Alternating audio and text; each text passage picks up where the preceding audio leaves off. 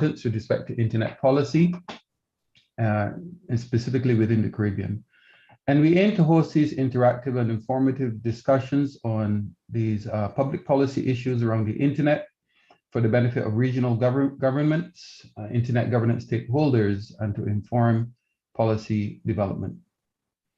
Now, last year, we've, of course, we're in the heart of pandemic, and digital transformation was at the forefront of our discussions, in particular with respect to national development. Questions about digital transformation, how it can be implemented and how it can be achieved. And of course, the internet and connectivity is a critical piece of the puzzle. And last year, we emphasized the need for digital transformation, of course, leveraging the internet. But we also highlighted the priorities of the Caribbean, addressing the challenges of connectivity, digital inclusion, infrastructure development, and accelerating digital development with leaders and experts of ARIN, LACNIC, ITU, the World Bank, DIPLO Foundation, OAS, and the CTO, among others. Under the theme, Caribbean Priorities Within a Changing Global Internet, Ms. Doreen Bogdan-Martin, who incidentally is a candidate for the next Secretary General of the ITU, she addressed the challenges of connectivity for SIDS, or small island developing states, and the world, discussing the trends in global connectivity opportunities and challenges. She argued that the benefits of connectivity outweigh the complex set of challenges being connected brings to individuals, corporations, governments, and society at large.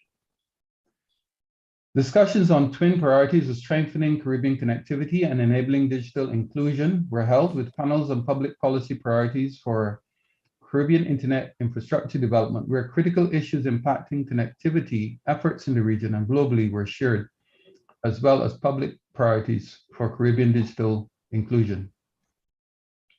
This included insights into digital inclusion challenges and opportunities in the region and ITU's efforts to address access inequality, perspectives and useful statistics on key issues to be considered in tackling digital inclusion in the region.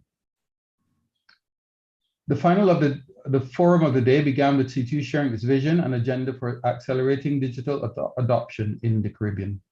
And this included the importance of building regional internet infrastructure, including IXPs, the need for the region to present a unified voice in international fora, and the value of strategic partnerships.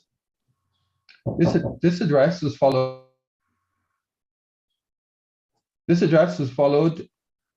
by remarks from our development partners in CETEL, and this preceded a discussion on regulatory considerations for fostering digital transformation.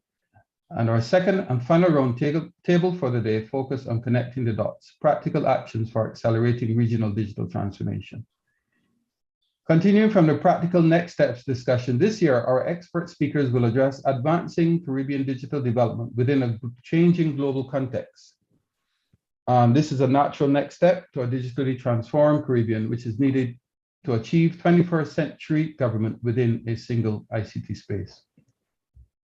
The impact of digital transformation is evident globally as corporate entities continue to leverage the Internet of Things, artificial intelligence, robotics, digital currencies, digital identities, and a whole range of technologies and innovation in our everyday to simplify the experience of everyday consumers. Incidentally, with respect to the issue of digital currencies, the CTU will be hosting a webinar next week, Friday, June the 3rd from 10 to 11:30 p.m., working with partners CaribCoin and Abed Ventures, and we invite you to participate. You will excuse my shameless plug for our event next week, but we believe that this is also a very critical part of our discussion. I want to thank our speakers today for your time, for your efforts. We have some very interesting speakers lined up. I implore you to stay for the entire day and join us for our second session next week. And on that note, I will hand over to Mr. Bevel Wooding to speak on trends, challenges, and opportunities for achieving digital transformation in emerging economies as we continue to invest in the future of the Caribbean region, in the digital future of the Caribbean region. Thank you very much. Thank you, Secretary General Rodney, and welcome and good morning to everyone to this, our fifth Caribbean Internet Public Policy Forum. As you heard, this is a continuation of an ongoing dialogue regionally concerning the evolving implications of digital transformation, technology advance on public policy development. And it is hoped as we continue into this year's edition that beyond the conversations, this gathering allows us all to take stock of the incredible work that is being done across the region. The agenda today has been very focused on identifying activities and initiatives from across the region by those in the trenches so that we can get a sense of some of the real issues and priorities that are currently facing policymakers regionally. This collaboration, as Kevin Swift has indicated, has grown to now include LACNIC as one of the collaborators alongside the CTU, the Caribbean Telecommunications Union, and ARIN, the American Registry for Internet Numbers, as we seek to join forces and increase forces as it relates to creating a holistic perspective on exactly what are the levers required for really optimizing or getting the most out of our investments nationally and regionally in digital transformation. And that's what I want to look at in my presentation this morning. It's titled Investing in Caribbean Digital Transformation. And I want to pull together some of the thoughts and perspectives that have been gleaned from looking at developments across the region. And I wanted to share what I hope will be some actionable takeaways that you can put into policymaking considerations going forward. The outline of it is relatively simple. We're going to take a look at some of an inside look at Caribbean ICT innovation, really, and the anatomy of innovation as we are seeing it emerging in the Caribbean. Some of these thoughts are not exactly Googleable, and I've come across several policymakers who try to find answers for Caribbean challenges by looking online, and most of the online content, of course, is referring to jurisdictions and scenarios that are not always compatible with the challenges and issues being faced in the region. So we want to look at the innovation ecosystems that are evolving and then tackle some requirements for digital transformation. But first, let's consider what is digital transformation. And I wanted to put before you a definition that goes a bit beyond the standard using technology to evolve and advance economic and social development goals. And I want to add this dimension that digital transformation refers to the integration of technology into areas of business and corporate life, but it is best understood when that integration is attached to some well-defined purpose. Digital transformation seeks to alter fundamental or bring fundamental and radical change to how we operate and how we deliver value. As we proceed this morning, you'll be hearing from different practitioners looking at specific areas of interest and specific areas of opportunity to which they are applying available or innovative information and communication technology. But there's another dimension to transformation that we want to consider, and that is it always, wherever it is, in whatever part of the world, it always involves some kind of cultural change or paradigm shift. Terms that we've been hearing for decades around anything related to technology, really, as it forces or triggers organizations to break from or upend the status quo and to continually challenge it. Yesterday's innovation does not guarantee tomorrow's innovation. In fact, left unchanged, it will simply lead to another legacy system or another status quo that itself needs to be ultimately disrupted. So why does this matter for the Caribbean?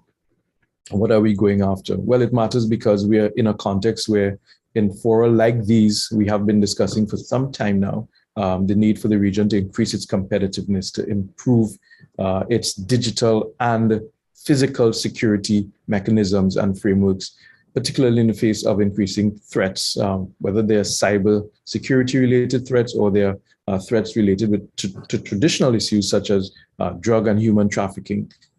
security is a fundamental priority for the region. And of course, you have the sustainability and resilience component.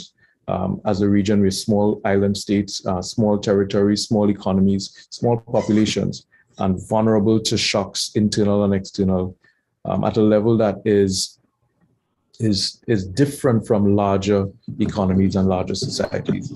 And so innovation in this context for us allows for these issues of competitiveness, security, sustainability, and resilience to be tackled within the context of our size and scale.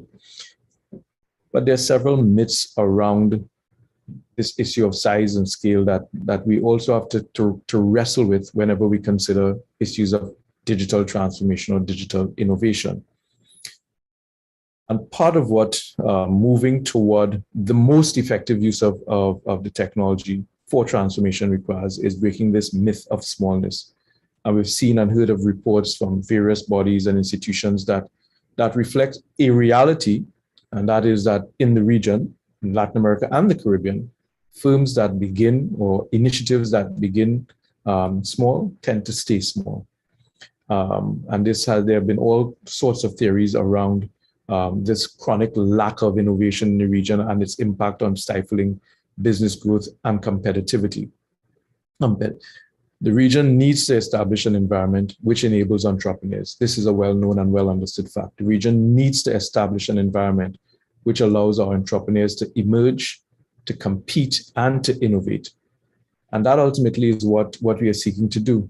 But very often that conversation about sparking or spurring innovation is connected to what is the public policy required to facilitate it, and how can innovators find themselves in environments where the institutions themselves aren't impediments to growth, competitiveness, and innovation that we're seeking. And we know that there are examples that demonstrate that it is possible for small ideas and small firms and small business opportunities to grow into massive global enterprises. We have the Sandals, the Angosturas, the SM Jalils, Grace Kennedys, and others of this world that are making their mark on an international scale. So it is possible, but it requires a set of components to be in place if we are to really see these successes. And you'll notice from the list I have on screen that the big thing that it requires isn't just finance. It's that driving philosophy that says we can do great things on a global scale. It's that mentality that says we are capable of inventing and creating and innovating. But it's also the frameworks, the legislation, the policy, the regulation that support and create even stable, equitable markets and environments for businesses and business ideas to thrive, for creativity to flourish. And it is the human resource enabling components that allow for persons to understand how to leverage and take full advantage of systems, not just how to have good ideas, but how to build, for example, secure technology solutions, how to create businesses that effectively manage finances and negotiate complex legal environments of intellectual property protection and creation and so on. And of course, how to engage with the environments that we're in to ensure that the solutions fundamentally solve needs that are real and that are able to sustain the kind of investment that it takes to grow and to grow and to grow. And of course, the anatomy of innovation ecosystems also invariably involves leadership. Leadership that can push against the tide and that can break the barriers that stand in the way. Using indigenous capacity, but also leveraging on global relationships and networks and partnerships. Wherever we look across the region, we see elements of these blocks or these pillars being in place when you have dimensions of success as it relates to innovation and digital transformation. And if you ask the innovators and if you ask those in the fields, whether they're in the private sector or the public sector, there are some questions that are always asked when trying to shape or define solutions. What specific steps do we need to take to get this problem solved or this challenge overcome? What new roles are we looking at when we're trying to build out teams and trying to build out systems and organizations. A fundamental question is also, how do we perceive our future? Where are we going toward? What's this goal or target or end state that represents an achievable and desirable outcome? What's the strategy to get there? What's the cost? And is it really worth it? To proceed without asking these questions in any endeavor would be to fundamentally handicap the successability or the success of that endeavor. And so I'm putting these in front of us, not just as policymakers, but as persons who are involved in shaping an environment at a national or regional level, as we consider what transformation ultimately requires. These questions need answers. These questions have to be interrogated. These questions have to be brought to mind whenever one considers trying to do something new and trying to make sure that that new thing is a sustainable thing. Ultimately, we have to look at the digital economy, digital transformation, digital innovation as an ecosystem that involves the people and goes all the way to the leadership, the creation of innovation and innovators and innovation mindsets, the development of human and physical networks, and of course, the policy, regulation, and the capacity to enforce it in a timely manner. And at the center of it all, the content, the applications and services that represent the interface point between an idea and its impact on our societies. So when you look at this as an ecosystem, you realize for the region to really advance, and you'll hear it in the roundtable discussion to follow, for the region to really advance, we have to confront some basic fundamental truths. The tides alone will not take us to the levels of innovation, the levels of transformation, the levels of resilience, the levels of security that we are trying to achieve. Specific, deliberate action is always required. People have to be educated and equipped and empowered. Policy and laws have to be enabled, enacted, activated. And of course, there has to be this persistence component where people have the confidence, companies, organizations, and institutions have the confidence, boldness, and faith to press forward.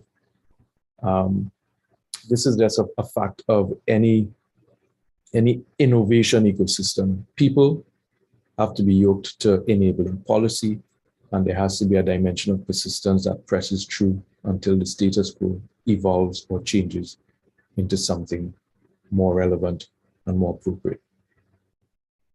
From what I have seen and what we have heard in fora organized by CTU, organized by ARIN, organized by LACNIC across the region, the opportunities abound. They are there. There is no shortage of ideas, no constraint of talent potential. We absolutely have no shortage of issues to be addressed or needs to be met.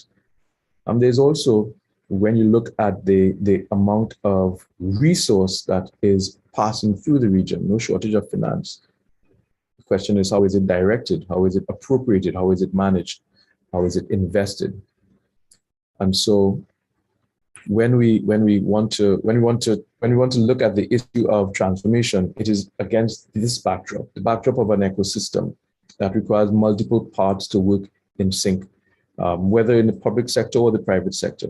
It is against the backdrop of a talent pool and a creativity quotient that allows us to legitimately tackle real issues and legitimately consider the possibility of real solutions that are sustainable, that we recognize that the region is actually in a good place to realize and see some of these opportunities that exist in the digital era.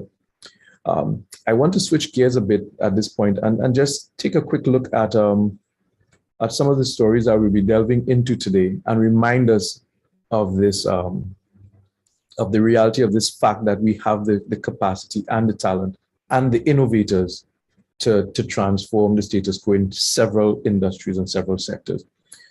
Typically, when you think about tech titans and you think about the giants and the innovators, we think of the images that are projected to us from the north, the Zuckerbergs of this world and the Elon Musks of this world. But it's all relative. there are innovators right here and right at home. Some of them will be talking to us today. Some of them will be sharing with us over the course of this public policy forum. We have our own talent pool of persons who have for a long while been pressing to develop ideas that are global, pressing to develop solutions that are relevant to our needs. And I wanted to acknowledge the fact that this is not theory. For these individuals and for the countries and for the sectors that they touch, the impact is real. The promise has been translated into reality. And there is more work to be done. And any one of them will tell you that it is not easy. But the thing that keeps us all going is that it is absolutely worth it when we consider the future of our countries and the future of our region. And so I want to close with some perspectives that have been acquired, and I hope that this will give us some context heading into today's meeting. The culture that we define cradles the capacity that we want to generate within the region. The issue of talking often about the kind of Caribbean we want to see and the kind of development that we're hoping to see is a big part of inspiring and creating this sense of hopefulness and possibility at a regional level, but it also works, of course, at a national level. Voices need to be heard, voices that speak to the possibility that is afforded by the technology, not technology for technology's sake, but as an enabler of solutions to real problems. Context is key. One size does not fit all. Taking models from outside of the region and trying to shoehorn them into the region, we have enough data to confirm that this does not work. Policy, regulation, and development agendas must be tailored to indigenous needs. And in our states, we recognize as well that governments and academia play an outsized role in providing innovation infrastructure, but it is not an exclusive role. They can't do it by themselves, and we can't expect that all of the transformation potential will come from the public sector or from our academic institutions. The private sector has to be given a seat at the table. Our young people have to be given a seat at the table so that these ideas can inform public policy in a more relevant and timely manner. And then, of course, we can have our local focus, but always with global sight.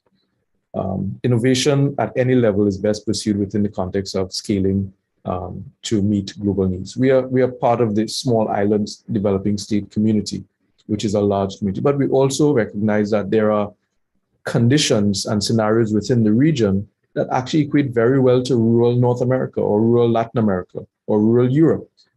And so solutions developed with this in mind, with this global context in mind, can actually scale to service needs in equivalent markets globally. And then the last thing I want to point out as we bring this session to a close is that our stories need to be told. A big part of the momentum that is required to really take digital transformation in the region to the next level is the awareness of what is taking place. It's for that reason that we have chosen day one to focus on what's happening out there, who's doing what, where. These stories need to be reflected beyond this meeting at a much wider, more public level so that it is understood that things are happening. There is no jurisdiction in which nothing is happening or nothing is working. These are fallacies that need to be eroded and expunged by the light of truth of what is actually taking place.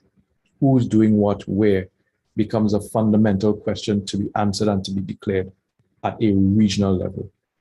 So when we consider investing in digital transformation, these are some of the thoughts and some of the perspectives that I wanted to bring into today's meeting. We have voices coming to share with us later today from the OECS, from Trinidad and Tobago, from academia. And we're hoping that in listening to these voices, we can get an evolved perspective on what public policy mechanisms would enable or enhance the initiatives that are in place and allow them to truly expand and evolve to the extent that we can all benefit as a region. And with that, I'm going to thank you and send back over to our moderator, Mr. Nigel Casimir. Yes, thank you very much, Beville, for that opening salvo. I think there's a lot that was enlightening in that. And I'd like to encourage the audience basically to post questions in the Q&A under the Q&A tab. And while I engage with for a few minutes with Beville in terms of what he would have said, and there might be opportunity as well, depending on how many questions come in, for persons to make interventions on the floor. So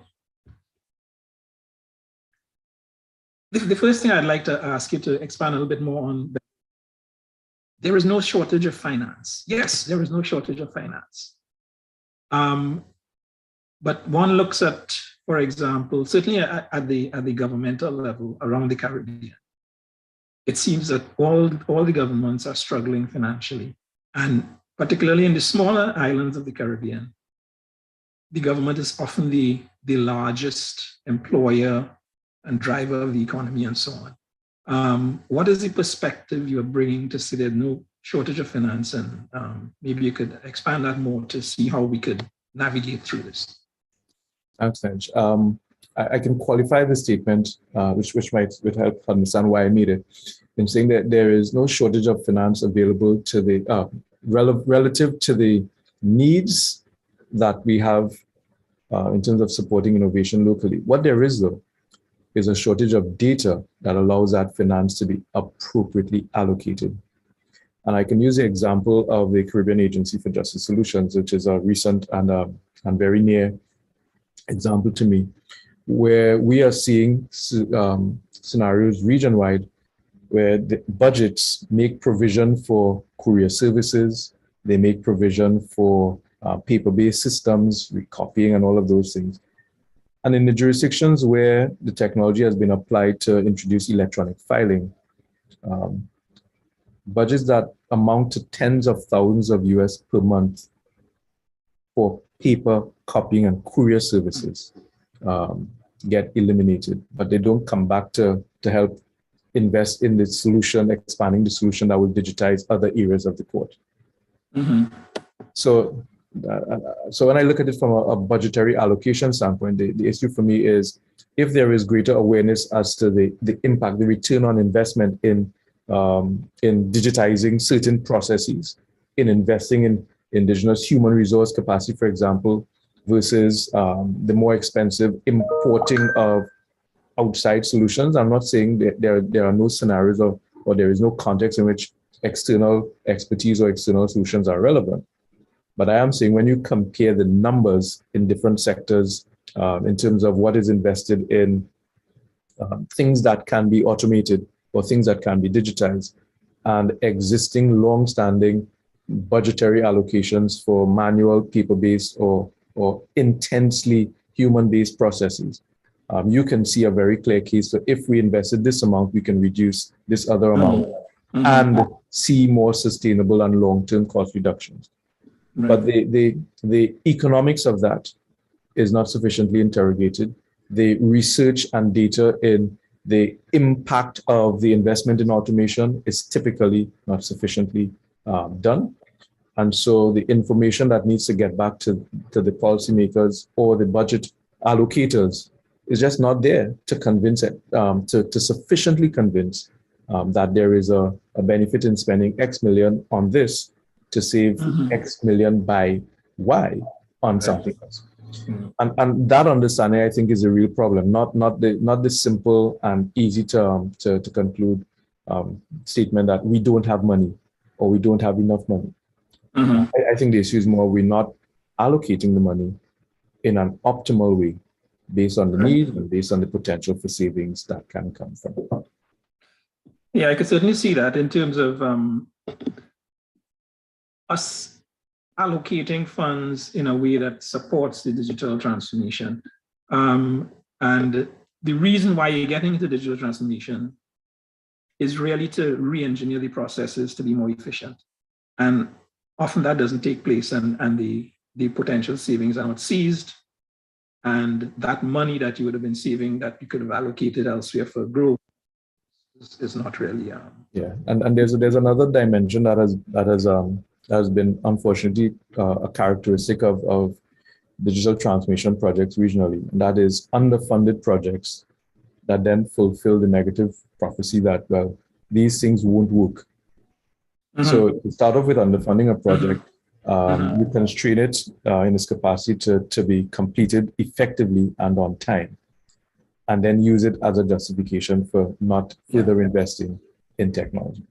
And again, the type of, one of the things that I remember us proposing at the last meeting that I think is going to be extremely important at a regional level is looking at these things across territories, looking at the investment, looking at the factors that make projects succeed and factors that make projects fail, and using it to critically examine what kinds of approaches and what kinds of refinements can be made in the pursuit of digital transformation projects going forward. Okay, and the last thing you said was our stories need to be told. Who tells it, and how do we promote the telling of these stories and encouraging that it could be effectively told and understood and internalized, you know? My response to that is it should be told by as many voices as possible from as many angles as possible.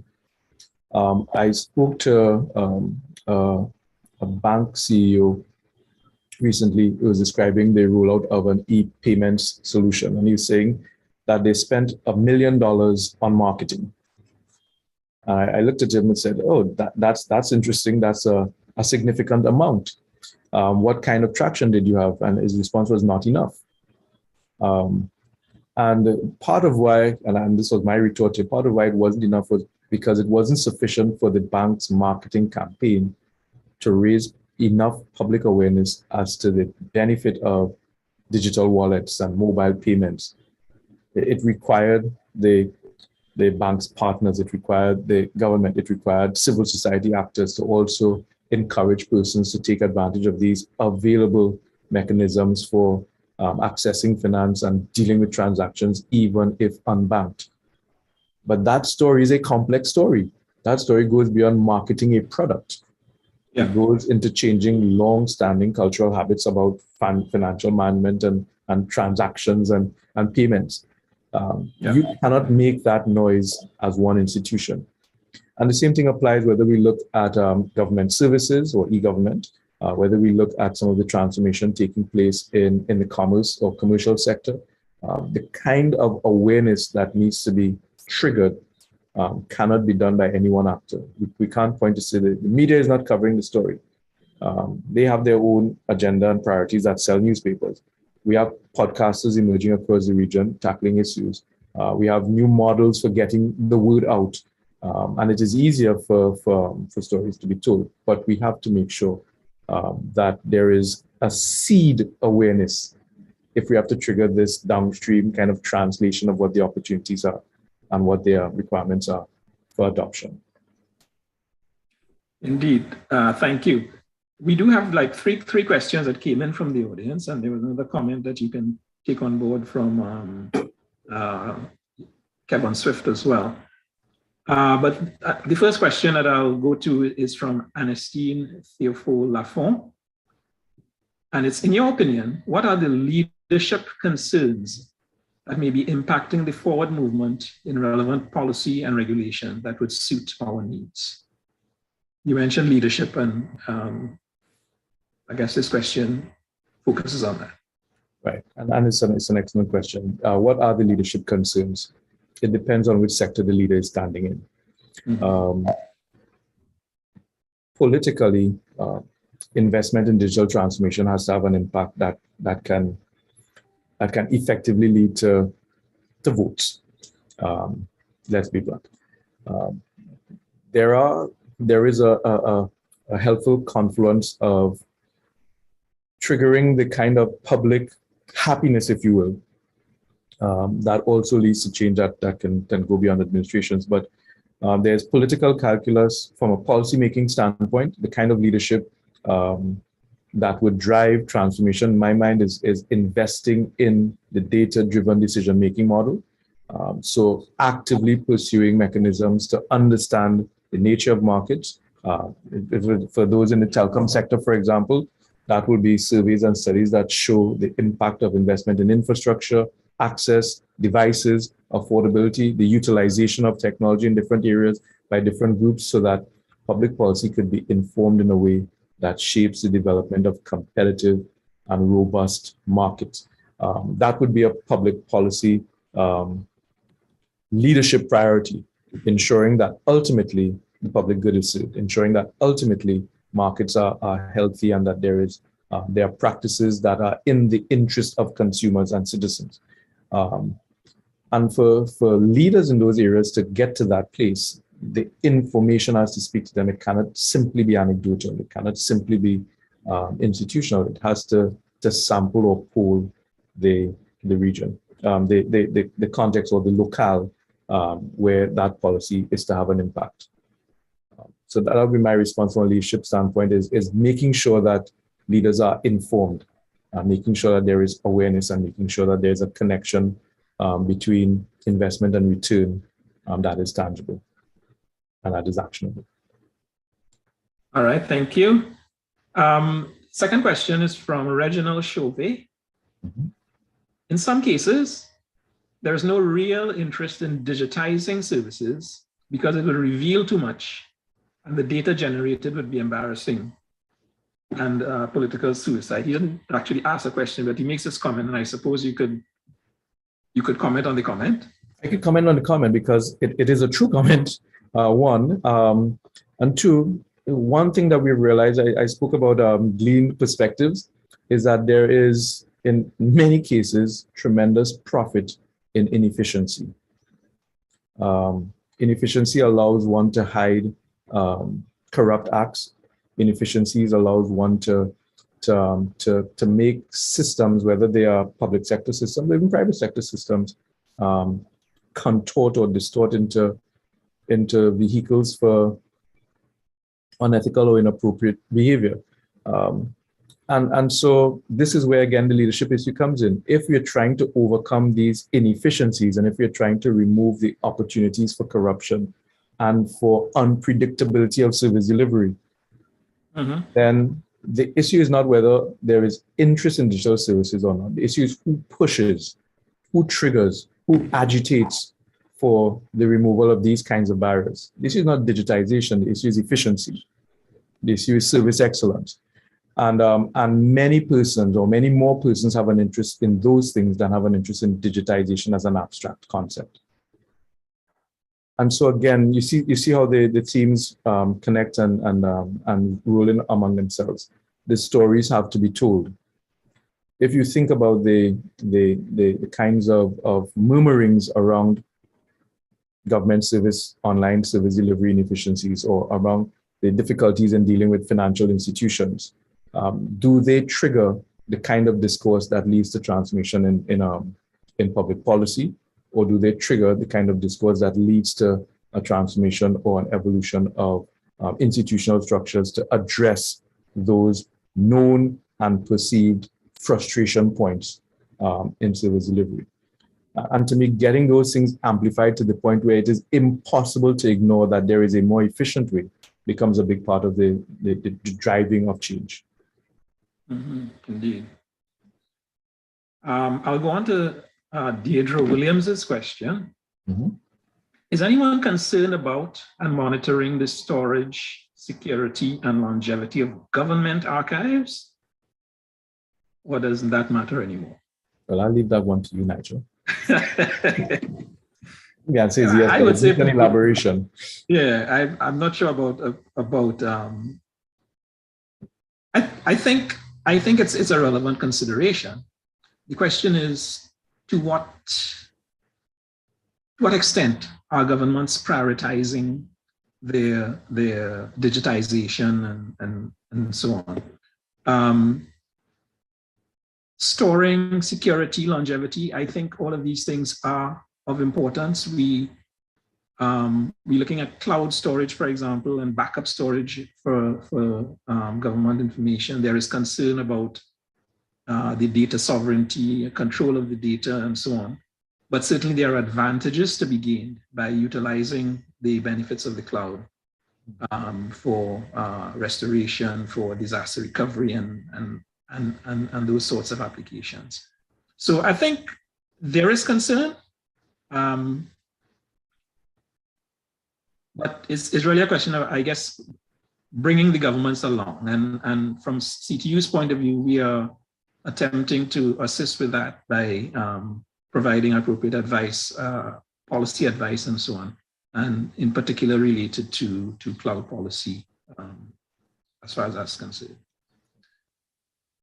I have a question from a youth perspective, but so I think this would be a good time to highlight a comment from Kevin Swift. He is asking you, Beverl, if you could elaborate on meaningful inclusion of young people in digital policy and or digital transformation.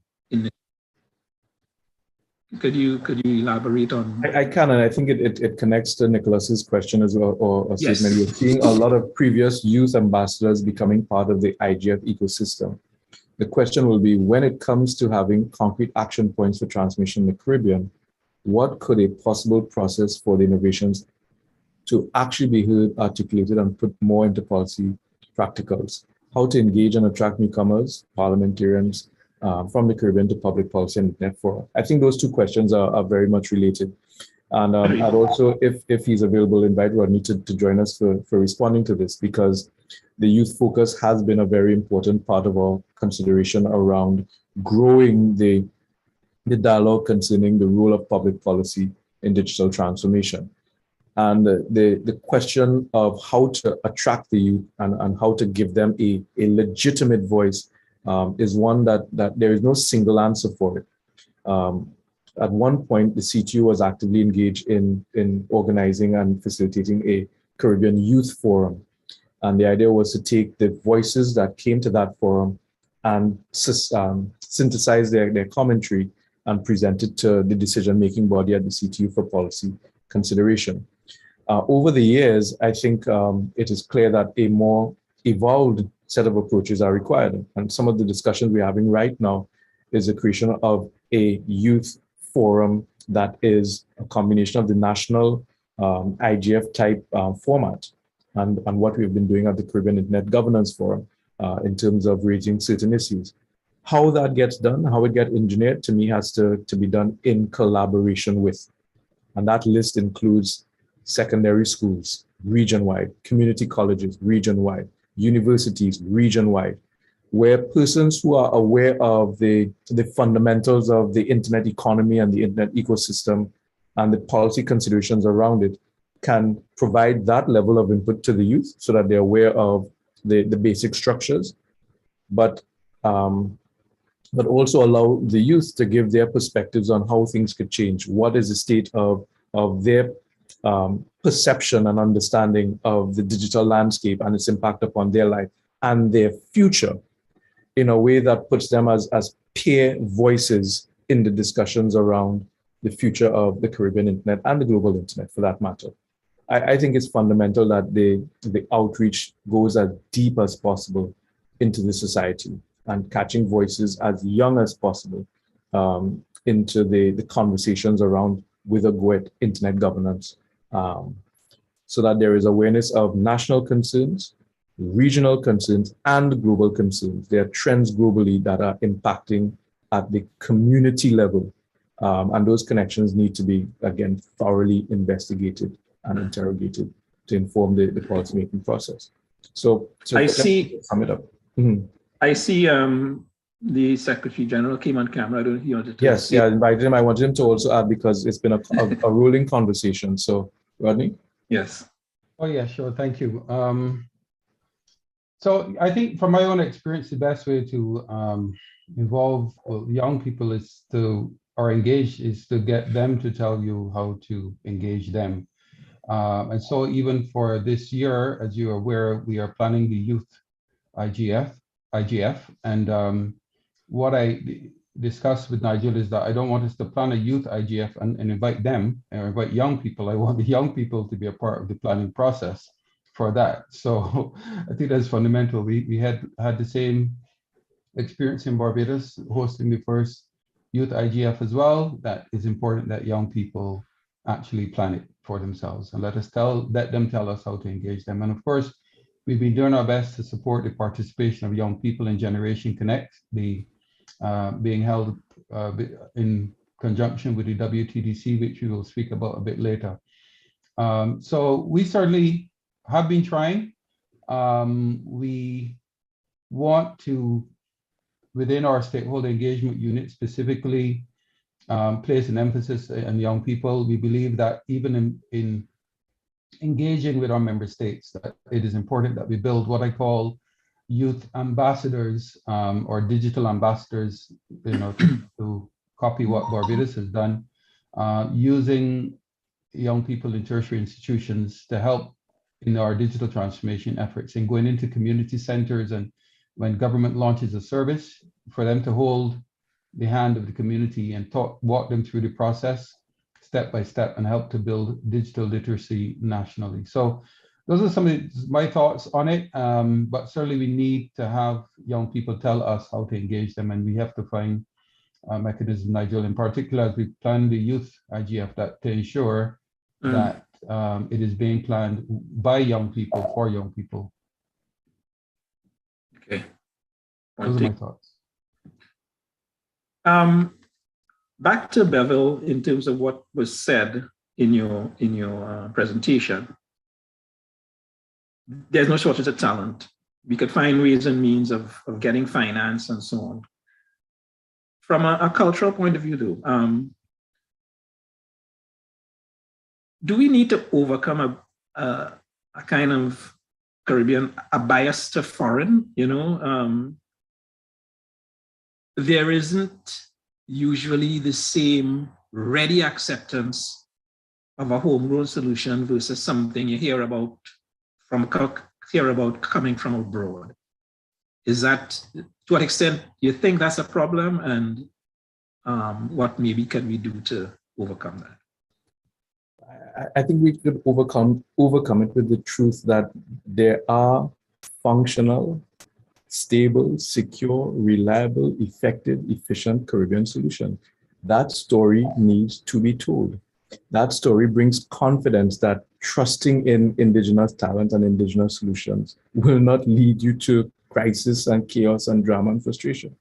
Actually, let me just interrupt one second, because I saw June Paris add a comment that I said bias. He said not so much bias, fear.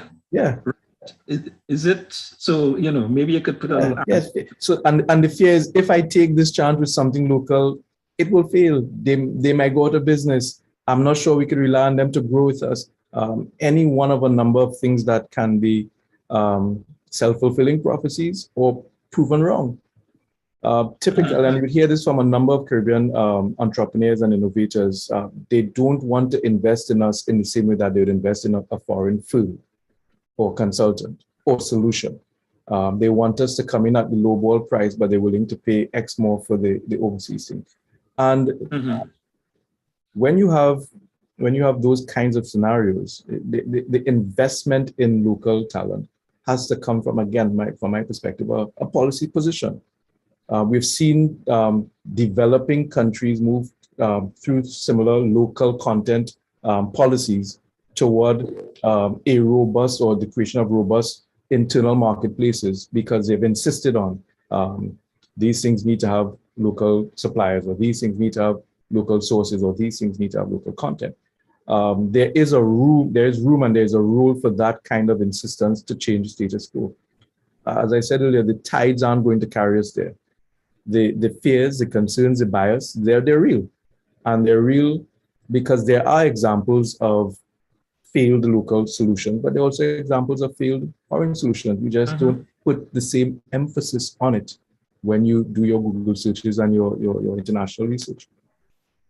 So failure is a part of any landscape, but it doesn't mean you don't invest in it. What we're trying to create is something that is sustainable. And I think the pandemic taught some very interesting lessons about the dependence or reliance on foreign solutions, infrastructure, consultants, and intellectual property.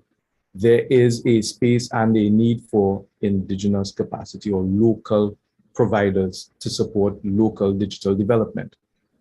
we are closer to home, we understand the needs more intimately and fundamentally.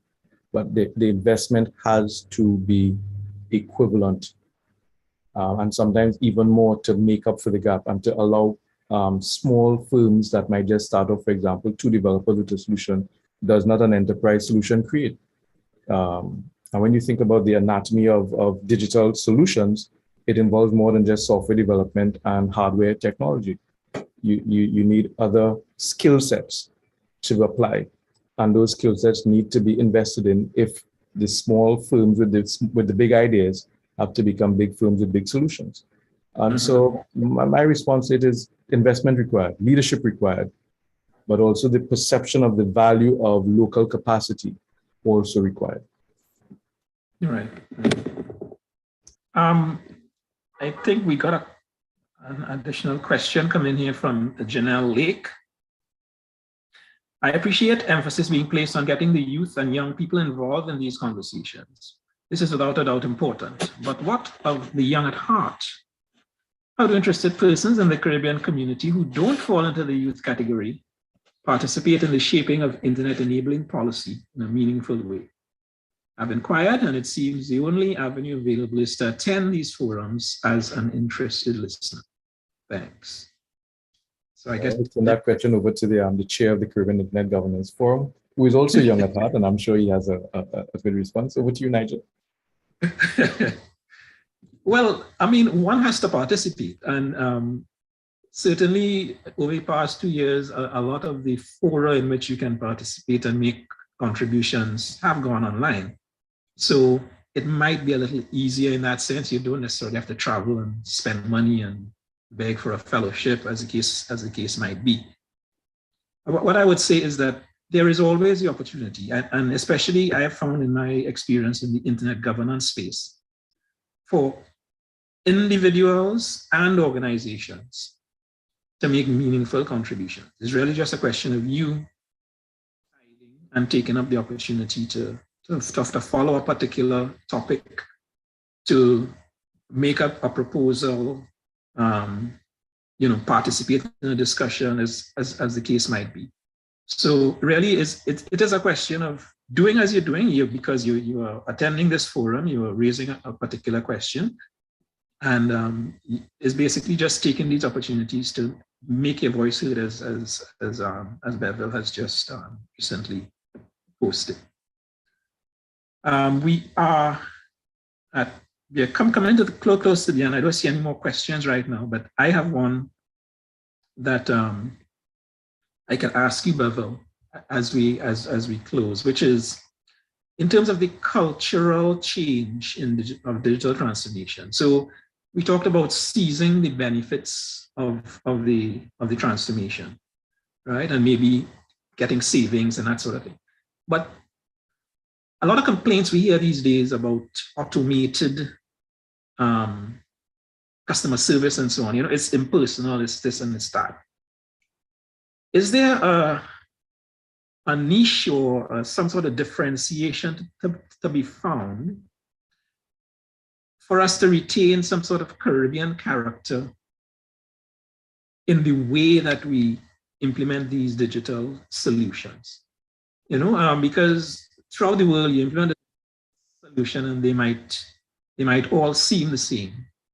But if we want to promote the local entrepreneurs and support them and so on, and if we want them to become global titans, or maybe have global reach to the Caribbean diaspora and so on, is there some way we could do this in a way that retains some sort of Caribbean character?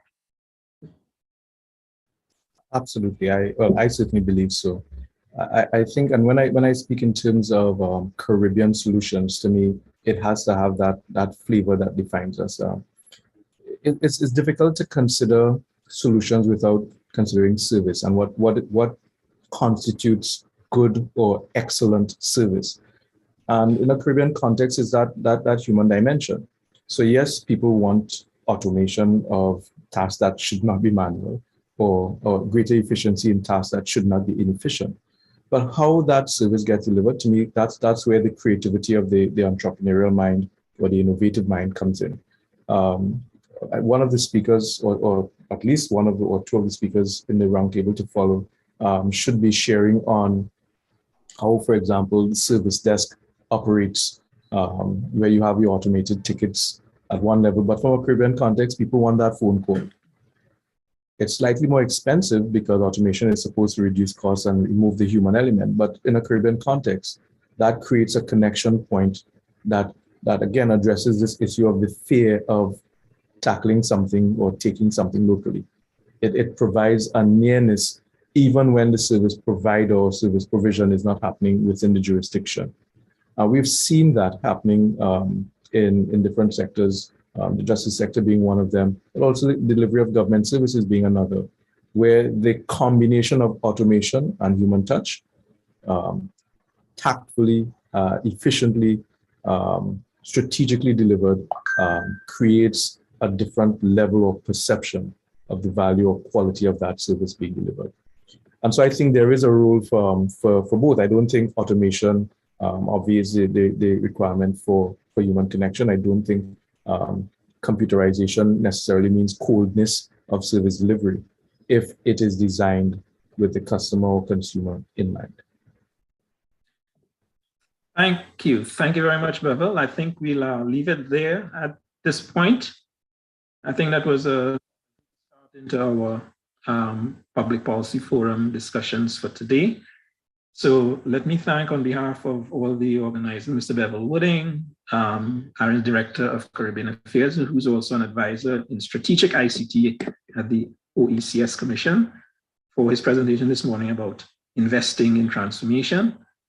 I'll thank the previous speakers as well, and all the contributors, Mr. Rodney Taylor, CTU Secretary General, Kevin Swift of LACNIC, and Mr. Heiner Bowling of Darren, for their presentations this morning.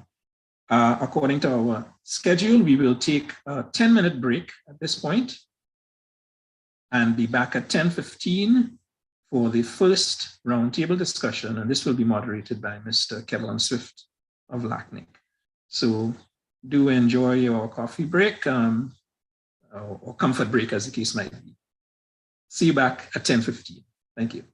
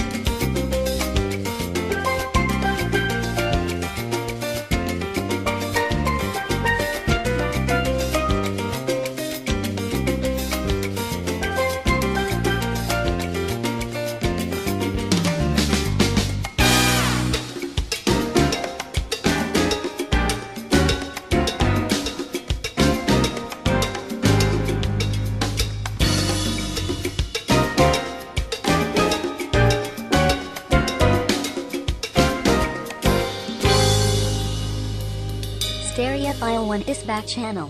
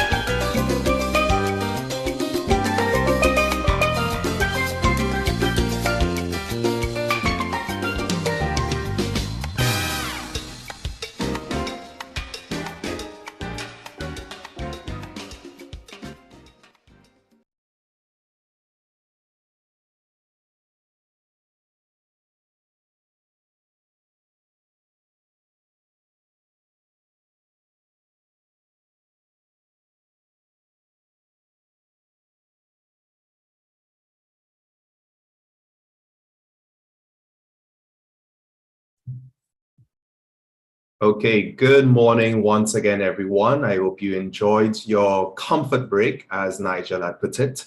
We are about to start the first roundtable discussion of this morning's activities, a discussion entitled Transformation in Public, Evolving Public Policy Practices and Trends in the Caribbean.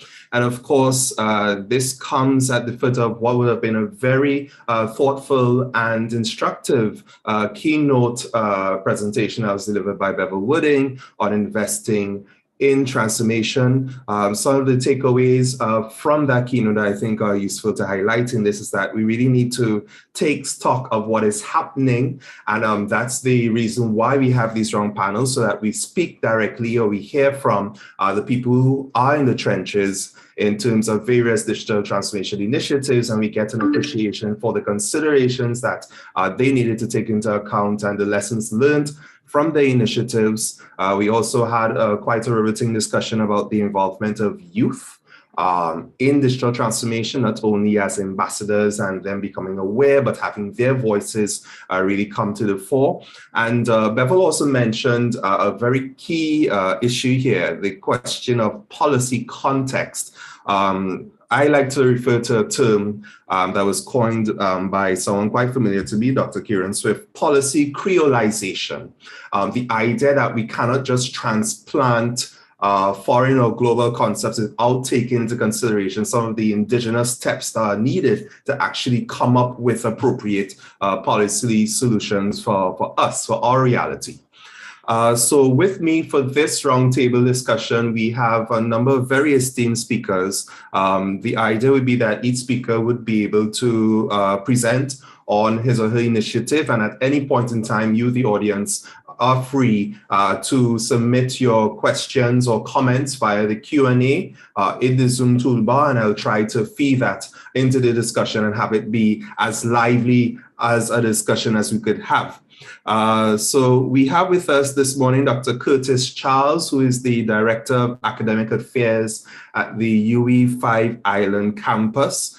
We also have with us Ms. Ophelia Blanchard from the Government of St. Kitts and Nevis, who is going to be talking about a digital services IXP development in St. Kitts and Nevis. Dr. Charles is going to talk about capacity building. And last but not least, Ms. Denise White, from the government of Trinidad and Tobago, looking at measuring digital transformation. So a wonderful good morning to these three speakers. Of course, as mentioned, we'll be fielding and including comments and questions into the discussion, but I would like for us to start now with Dr. Curtis Charles, who will be addressing the issue of building innovation capacity within the Caribbean.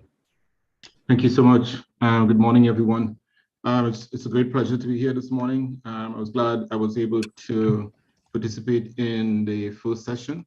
A lot of nuggets that Bevel mentioned there. The smallness is one of the things that we talk about a lot. I'm not sure if I could share my screen, but if I can, there are a couple of slides I wanted to pop up.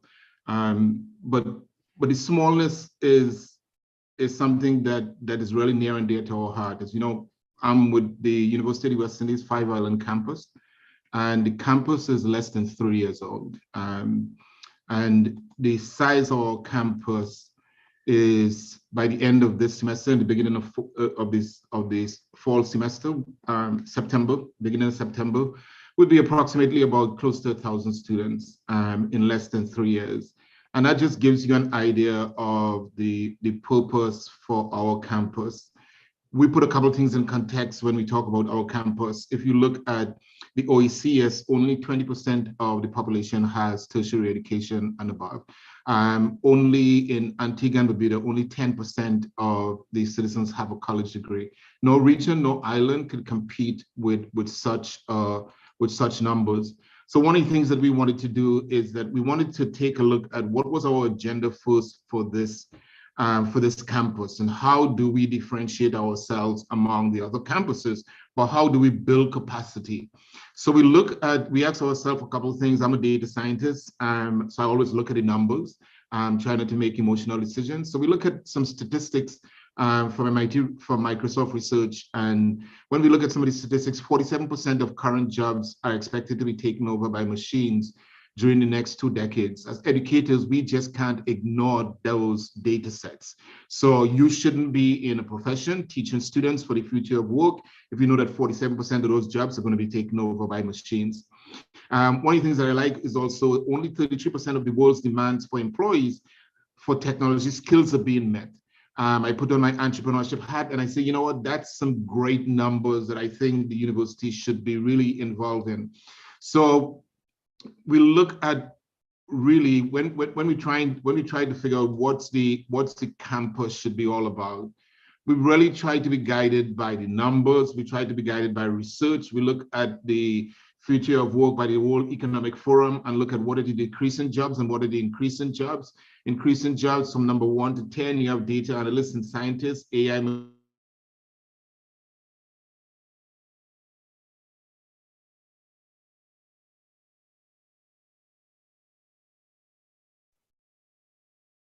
Hi, good morning, Dr. Charles. Are you still on? Or is the problem on my end? Could anyone just indicate? I can hear you, Kevin. Okay. All right, so I think there's probably just a slight problem on his end. Turning knowledge into action to confirm. All right, excuse Dr. Charles, you were blocked out for just about 30 seconds. Do you mind just doing a quick recap? Right after you were speaking about the needs to develop the campus. Okay. I'm not sure what happened there, but let's go. So one of the things we're looking at is we try to frame our discussion in how do we transform lives on the campus? How do we turn knowledge into action to confront some of the wicked challenges of the region and the globe? And how do we revolutionize and exponentially increase interdisciplinary degrees? So one of the things we looked at is what is the one mechanism could do that? So when I arrived 22 months ago, the campus was just about 1 year, had basically embraced most of KVIL's programs. And I didn't think that we should be a small KVIL. So we had the School of Business and Management, we had the School of Health and Behavioral Sciences, and we had the School of Humanities and Education.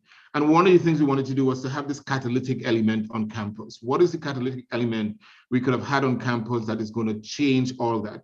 So I was very interested to hear the word creolization, because that's a word I use a lot when I talk about science, computing, and artificial intelligence. So we wanted to think about how do we start reimagining the creolization of science, technology, artificial intelligence as a catalyst to build innovative capacity on campus. So the School of Science, Computing, and Artificial Intelligence was birthed, and we got that approved from the university system. It's the only university of its kind, only school of its kind within the university campus. And Five Island is also the only campus of its kind. As you know, UWI is built of faculties. We are built of schools. So we are a little bit more aligned somewhere in between the American system and the UWI system. But we have schools, but we still have a principal rather than a president.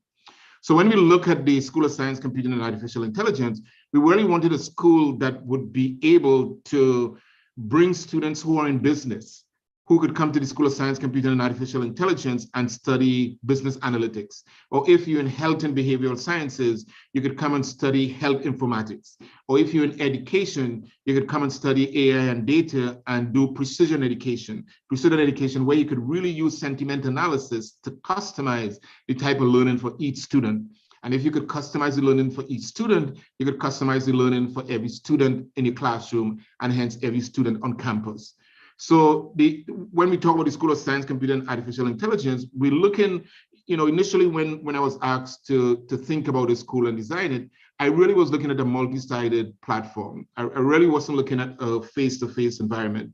So if you look at the image if you see the image of the school, it's built of nodes and connections. And the idea was, it doesn't really matter what school you're in. This is an area where, if you could imagine a wide auditorium of different majors collaborating together on ideas. So you may have a student in computer science collaborating with someone in health informatics, trying to solve problems for disaster risk management. So it's the emergence of what happens in the connection and the emergence is what really important to the school. So in terms of Five Island campus, we really wanted to say, okay, so we have the School of Science, Computer and Artificial Intelligence. We have the other 3 schools. What do we need to bring together? So we spent probably about a year to develop the interdisciplinary BSc in Data Science, Innovation Management, and Computer Science.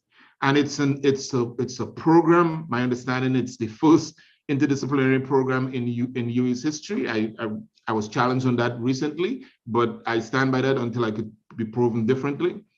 Because UWI is accustomed having majors and minors and specialties and double majors. This was designed to develop a new type of student. So in this degree, there are 4 domain areas that students study: economics, data science, innovation management, and computer science. And if you could imagine this as weaving a basket, if a government is trying to figure out how much money do they put aside for projected expenses next year, they had to gather data based on the past year trends. Well, that's data science, and they need to understand the patterns and trends of how money was spent. So that's computer science, where you run algorithms. And then you need to projectize that or productize that. And that's where the innovation management comes in. So the idea is that these 4 different disciplines are molded in such a way where we graduate a student, rather than having a student in the trenches, we have a student who could come in at mid-management and help a government, help a company, or take their company public, which is really the focus of where I want to leave this. We really have the notion that this is an entrepreneurship institution. When I was asked in my interview, why would I want to leave the US after living there so long to return to the Caribbean? And I have one answer. I believe that Five Island campus, where it is positioned right now in Antigua and Barbuda and the OECS region, has the potential to develop the Silicon Islands of the Caribbean. And I stand correct. I will stay with that until I probably leave the institution, but I hope it happens because we have all the ingredients. We have a group of young students who doesn't care about hierarchy. All they want to do is to innovate. They want us to take all the barriers away from them. We now have a world-renowned institution in the OECS region, which wasn't there before. We have companies and we have governments. I think we have all the ingredients, and I am very proud of the fact that I could lead this academic initiative from an innovative perspective. And I would want to leave you with this one thing. And Bevel talked about smallness, and smallness is not something that bothers me. I'm a trained architect as well. And every architecture design starts with a little idea, right? And then you see a skyscraper. But the example that really moves me is my alma mater. Look, in 1666, Harvard was the first university in the United States. 225 years later, MIT popped up right down the street. They called us a community college. They tried to buy MIT several times. MIT right now is and has been the #1 engineering school for decades upon decades. I am moved by the fact that this was a small institution that started with a chemistry major, serving Civil War veterans on a land-grant institution, having funding from the government, and has blossomed into probably the #1 science and technology institution. That's what drives me about Five Island campus. And I think that we have all the ingredients and the potential to become that. Thank you. Okay, thank you so much, Dr. Charles. I'm just going to speak quickly to a comment by Mr. Stephen Abiraj, who is speaking about a similarity with 2 programs at UWI St. Augustine, the BSc in Computer Science. And he said prior to 1984 is referred to as the FAGS option 55. I truly appreciated the comments you made with the 4 disciplines that are combined here, the question of economics with data science, innovation management, and computer science. And I understand that I can very much appreciate how that has a direct impact on the workplace. And I think that point that you made, being able to have that impact in the workplace and come in, these students trained in these 4 disciplines and also having collaborations with other majors, then being able to come in at a mid-management point and have an impact from there. I think that's very useful, and it's good to hear about the origins of that within the OECS space. So we are going to move on to our next speaker, Ms. Ophelia Blanchard. who is going to give us a short presentation on preparing for digital services, the IXP experience in St. Kitts and Nevis. No, she's not. She's not. She's going to be presenting on another digital transformation initiative in St. Kitts. Oh, yes, correct. Yeah. Correct. If I'm not mistaken, that's the Immigration and Customs. I believe so. Correct. Okay, Ophelia, the floor is yours, and great to have you with us this morning. Good morning, everyone. Am I audible? You are. Okay, thank you very much. So as Mr. Bevel would have spoken about, as it relates to what I'll be presenting briefly, I just wanted to give you a little perspective. I'm the e-government coordinator in the government of St. Kitts and Nevis. And currently I am working on the COVID-19 task force. And so my role is somewhat expanded, but specifically, I just wanted to share with you a little bit of our experience in terms of the implementation of border control management system, enhancing what we currently have. So around the world, we would have been impacted by COVID-19.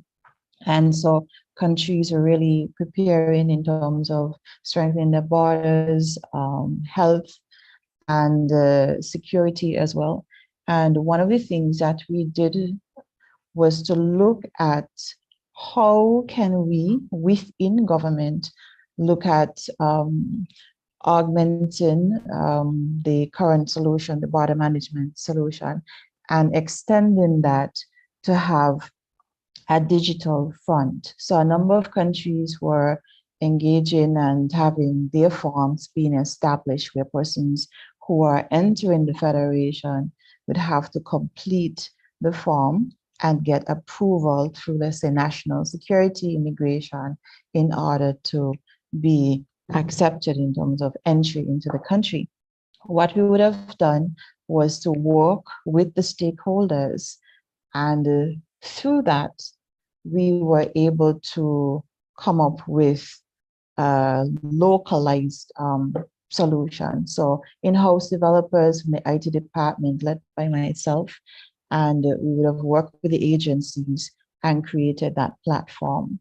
So out of that, we are seeing the use of digital technologies, digital services. We are seeing how we were able to utilize localized skills, digital skills and software development to be able to build out on an existing border management solution. And we are still using that solution. It's the WWKNA travel form.can. And when persons log on, they were basically completing what we have as the Immigration and Customs form, where persons would have normally before COVID, they would have completed that form by hand. Now they're doing it online. So as it is, you still have to complete the form and you still have to submit a negative COVID-19 test result, RT-PCR test, and also if it's an antigen test within 1 day of arrival, and you have to complete and submit your vaccination card if you're non-national. What we would see is that beyond COVID, when we get to that stage, then there will be a transition. However, we would still be using that digital platform of capturing information, because not only is it being used in terms of COVID, but it actually assists in terms of border management, surveillance, intelligence. So what we are seeing is that as part of our overall thrust to become a digital economy, we are currently building out different strategies. We have strategy for economic recovery beyond COVID, and also looking at a subset of that, our cybersecurity strategy. We looked at having an innovation strategy, looking at our people, looking at the processes and technology. So COVID has somewhat fast track our digital transformation thrust. And we will continue building out our digital platforms throughout government so that we can have that more seamless service delivery. And our focus really is going to be building a lot on our people, where we can establish a digital culture within government, and piggybacking on what gains we would have made in getting persons to use digital systems during the past 2 years, we will be able to extend that and have more capacity building within the private sector and some collaboration as we look to develop a digital academy whereby we can work with public and private sector. So for our digital thrust, we recognize the importance of the security, the infrastructure. In terms of the IXP, just to touch briefly on that, the Internet Exchange Point is also a part of our strengthening of the infrastructure and keeping our content as much as possible localized, and to build on content creation and innovation. Our focused areas in terms of industry for moving forward with the economy are mainly ICTs, agriculture, tourism, manufacturing. So there will certainly be an opportunity whereby those sectors will be strengthened, and ICTs is going to be a central component of those. So I'll pause for now. All right. Thank you. So very much, Ophelia, for that expose, and in particular going into the details of that border management system. I wanted to use my prerogative here to just ask a few more questions on that front. One being, were there any silos from a public sector standpoint? Because we're talking about immigration, airport management, public health. So were there any silos that have been overcome that, of course, would have been accelerated somewhat because of the context of the pandemic? And then the other question I have is in terms of the preparedness of your policy environment. We're looking at what would be security and data governance issues. Could you just give us a general comment on that? Because of course, these would be some of the long-lasting benefits, I would say, to having implemented this system.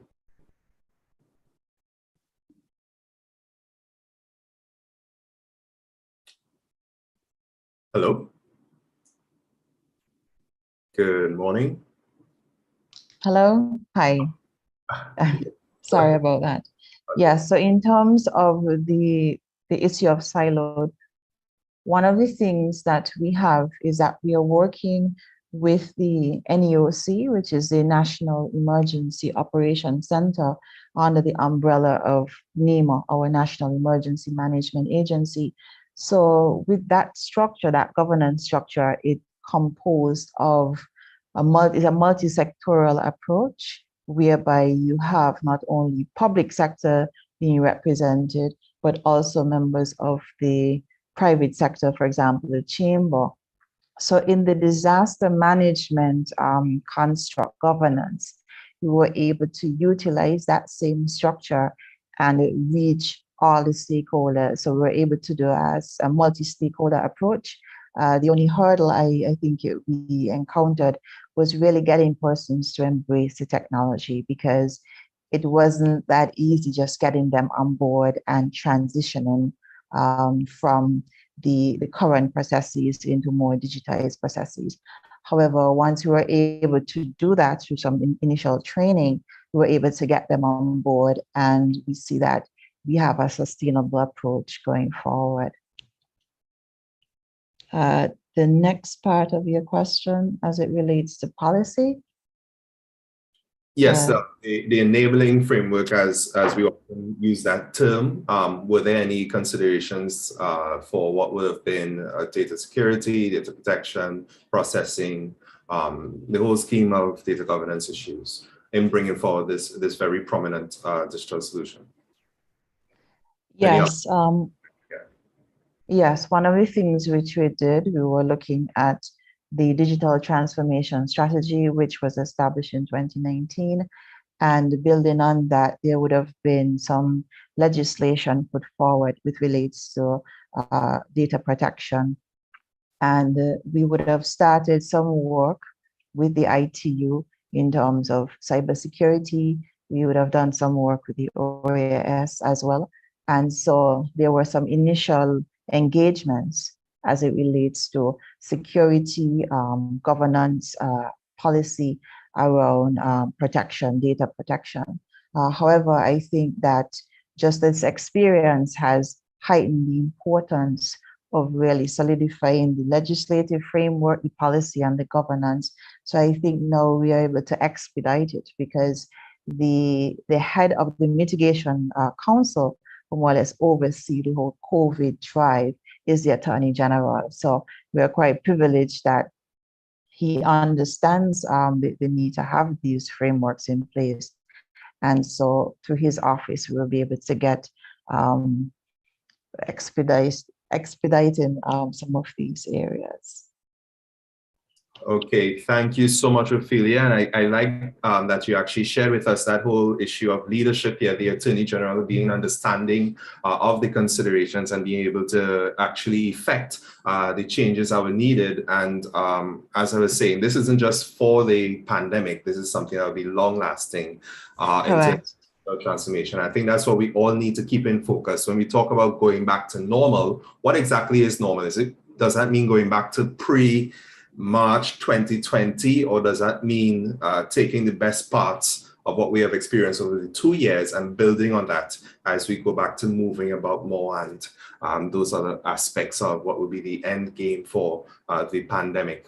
So thank you so much, Ophelia. And of course, stay online because we're going to continue having questions and comments coming in. As a matter of fact, feel free to drop your questions or comments at any time in the Q&A, and we'll filter them into the conversation. But next, we are going to hear from Ms. Denise White, who is going to be talking about measuring digital transformation in Trinidad and Tobago. Good morning, Denise. The floor is yours. Hi, good morning, everyone. Good morning, participants. And really grateful for this opportunity to talk about where we are in terms of measuring digital transformation, especially from the public policy perspective in Trinidad. You know, when we talk a lot about digital transformation, but, you know, how do we actually define what it is? And more importantly, how do we know that digital transformation is actually making a difference? So when we think about public policy implications, where we are right now in terms of defining, and I would call it a deliberate digital transformation strategy, we have to look at these measures when we decide what initiatives we're going to take up, what is going to be put in place, and how these initiatives are actually going to have that meaningful impact on the country, you know, on the citizens, and on their being able to interact in the virtual space, you know, with this intersection of technology and people. So in Trinidad and Tobago, we've had ICT plans for a long time. We've had the first ICT plan in 2003. It was branded Fast Forward, and it was a very aggressive connectivity agenda. So it looked at improving the state of infrastructure and making sure that that infrastructure was rolled out and available to all the citizens, the business community, etc., on the island. We are now looking at the evolution in the landscape, and we realize that we've had to take a more mature approach to how we're defining where we want to go in digital transformation. So the government has 3 strategic pillars. It's been divided up into digital economy, digital society, and digital government. And when we talk, so we bring in the conversation back to measurement. And so far, what we've seen is that measurement lives in this space that looks at infrastructure, it looks at skills, it looks at usage. But how are we extending the conversation into the area of impact, right? How do we know that by giving someone access, that it has made a meaningful difference in their lives? So the policy foundations of what we look at and these strategic measures still now correlate to these three pillars. So in terms of the digital economy, we look at it from an economic lens. So how is it contributing to national growth? How is it contributing to growth of the GDP, looking at measures of efficiency? When we look at it from a social point of view, we're looking at things like inclusion, so digital inclusion, financial inclusion. Do people actually have the opportunities for meaningful participation in this space? And then from the political lens of the policy, we're looking at that concept of public value. So is it that all citizens are being or have the opportunity to access the services? And are those services actually value for money? So in terms of citizen satisfaction with the services, because, and Kevin, you alluded to when we go back to normal, what is this normal? And should we not be taking advantage of what has happened in the global space, in our regional space over the past 2 years to accelerate that digital transformation and take the best of what was brought forward by this pandemic and make it a permanent inclusion into the people's lives. So in terms of this deliberate digital transformation strategy, one of the things that we look at is how do we create what I'm referring to as a digital transformation index, right? Looking at policy measures. Are they useful? Are they usable? All right. In terms of being specific to the region, because we tend to adopt, but do we really adapt? So yes, it's good to look at what's going on in the international space, but are they really what we need as a region? And when we extend this conversation now to measurement, are we measuring what we need to as a region, right? Are we pegging ourselves against players that may not have the same cultural issues that we do, that may not have the same environmental issues that we do? So how do we put this into our regional space? And we also need to have a conversation about maturity, looking at digital government initiatives. And I heard the last speaker talk about, having all of these components put together to make a system work, right? So we know we want, as government, seamless end-to-end services. But if the siloed institutions are not at all the same maturity levels, then how do we get a seamless system taking into account that they may be at different spaces of development? So how do we assess by maturity to make sure that that transformation can happen from one institution to another? And by developing this digital transformation index, what we hope to be able to do is to prioritize DT implementation strategies. So we know we are limited in terms of time. We know we are limited in terms of resources. We know we're limited, and when I say resources, I'm talking fiscal resources. We know we're limited in terms of people and skills, all right? So how do we then pick the projects that will be able to have the most meaningful impact? Because in designing a DT strategy, you can really shoot for the moon and come up with all different kinds of initiatives that you say, oh, we should implement this, or we should go after this. But don't try to boil the ocean. So how do you then whittle down which are the ones that should be picked for meaningful impact? So I guess what I want to really stimulate the discussion is, what do we need to measure? right? How do we measure this impact? Is it by the number of people who have access? Is it by the number of people who can afford to have access? Is it by the ability or the sophistication of the digital skills in the society? And how sophisticated do those skills need to be? And then how do we accurately capture the dimensions that need to be part of what we are measuring in terms of digital transformation? So that, as I said, is where I would like to start this discussion in terms of how do we measure digital transformation and make sure that it's meaningful and applicable to not just Trinidad and Tobago, but by extension, the region.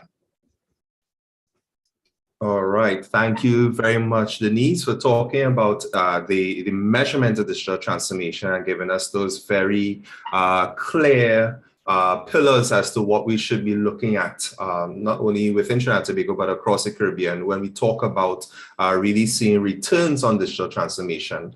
At this point in time, I would like for anyone to please submit any questions or comments that you may have for Denise, Ophelia, or Dr. Charles.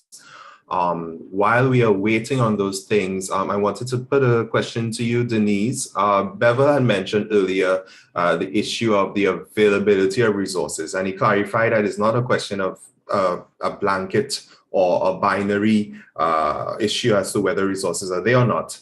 He spoke about savings, and I want to throw in there possible dividends from digital transformation that actually could be reinvested into the sector. Has that been something that you had been looking at, or do you have any advice or practices you could share with us on that same question of those savings coming back into digital transformation? Well, when we look at measures, a lot of times the measures look at what I call the demand side. So how do they affect the people? But we also have to look at the supply side of the measures. And I think that is where we start to talk about that question of efficiency gains. So if I am able to measure how transformation has affected my business, even as a small business person, it starts to bring some questions as to, do I understand the components of what goes into making my business a business? One of the projects that we have on the table right now is a development hub for developers. So specifically targeting small developers and bringing them into an environment where they're not only given the opportunity to see an idea through to its completion and bring it into the marketplace by commoditizing it, but they also have to understand the entrepreneurship side of it. So, in terms of my business, how do I know that I am being efficient in my business? And if I was to sell this app or this solution to someone in the market, how can I show them what the efficiency gains of their business could be? So it's looking at it from the supply side, I would like to say, and understanding, firstly, what are the components that go into the solutions that are developed, and how then are we able to measure efficiencies and to show where, if we take this digital transformation to its logical end, it can bring about savings that can be quantified and reinvested into improving the business as it goes along. And when I say business, I'm even talking about the business of government, because that's one of the things that we like to measure. If I could say, all right, instead of a citizen taking 5 hours to complete a transaction, he can now do it in 1 hour. Then we know that 4 hours is efficiency, not just for the citizen, but for the public servant who's delivering the service, and can now say, okay, I now have 4 hours to devote to something else, so I can add more value in this space. All right. Thanks so much for that further comment. It really touches also on another thing I had noted here, which was the question of multi-stakeholder participation. I think the example you gave there of the Developers Hub is very opportune in that sense, because you're looking at involvement of others, not just civil servants, but others to benefit or to take advantage of their skill set into what will be these solutions. And as you put it, not just business in general, but the business of government. And I think that dovetails well with Dr. Charles's presentation on coming up with this more innovative and multidisciplinary, interdisciplinary approach with the new BSc that had been launched at the Five Island campus. We have a few questions coming in, so I'm going to raise the first one. I believe this is for you, Denise, from an anonymous attendee. What international indicators for the measurement of digital transformation is recommended for the regional context that will provide a viable benchmark, but also not disregard the local or regional context of digital impact? So international indicators to help with benchmarking, but not disregard the particularities of our environments. Well, one of the indices that is popularly used, and I'm referring here to the ITU and their ICT Development Index. The ITU has actually pulled the ongoing use of that index because they realize that the landscape has evolved in such a way. The measures that had been used up to, I think the last one they did was 2017, are no longer applicable in the environment. So, when we think about impact, a lot of the measures are looking at impact, and they measure things like trust and confidence. Are people trusting the system? Are they confident that things, and Ophelia would have spoken to data protection, are they confident that when they transact in the virtual environment, that their information remains safe and private to them and used for only the purposes for which it was intended? So we look at things like trust and confidence. We look at things like digital literacy, digital readiness. We look, of course, at things like innovation, and how do we measure innovation in its realest sense? So it's not, it is looking at those kinds of global indicators, but also looking at the regional aspect of things, like our talent pool in the region. Should we be going after the very sophisticated set of tech skills, or is that something we should outsource? I mean, these are conversations that need to be had in terms of growing the local industry, the rate at which we grow the local industry, and the focus on which we design and implement DT initiatives. So yes, we do look at the international side of it, but we also try to make it relevant to what we do regionally. Thank you very much, Denise. And I think that's a very timely discussion. The indicators of the past may not necessarily reflect our realities, but the idea that we should be looking at things from a regional lens, that whole question of the regional skill sets, I find that very important. We are speaking about a Caribbean single ICT space. That's not a concept that would ever be lost on anyone. It's very crucial for us. And being able to understand how we pull together ideas, resources, skills, capital is something that's very crucial for us to really realize those aims. I'm going to move to another question here. This question comes from Deirdre Williams from Civic. How great is the danger that those without digital access will fall so far through the net that they vanish into a separate society?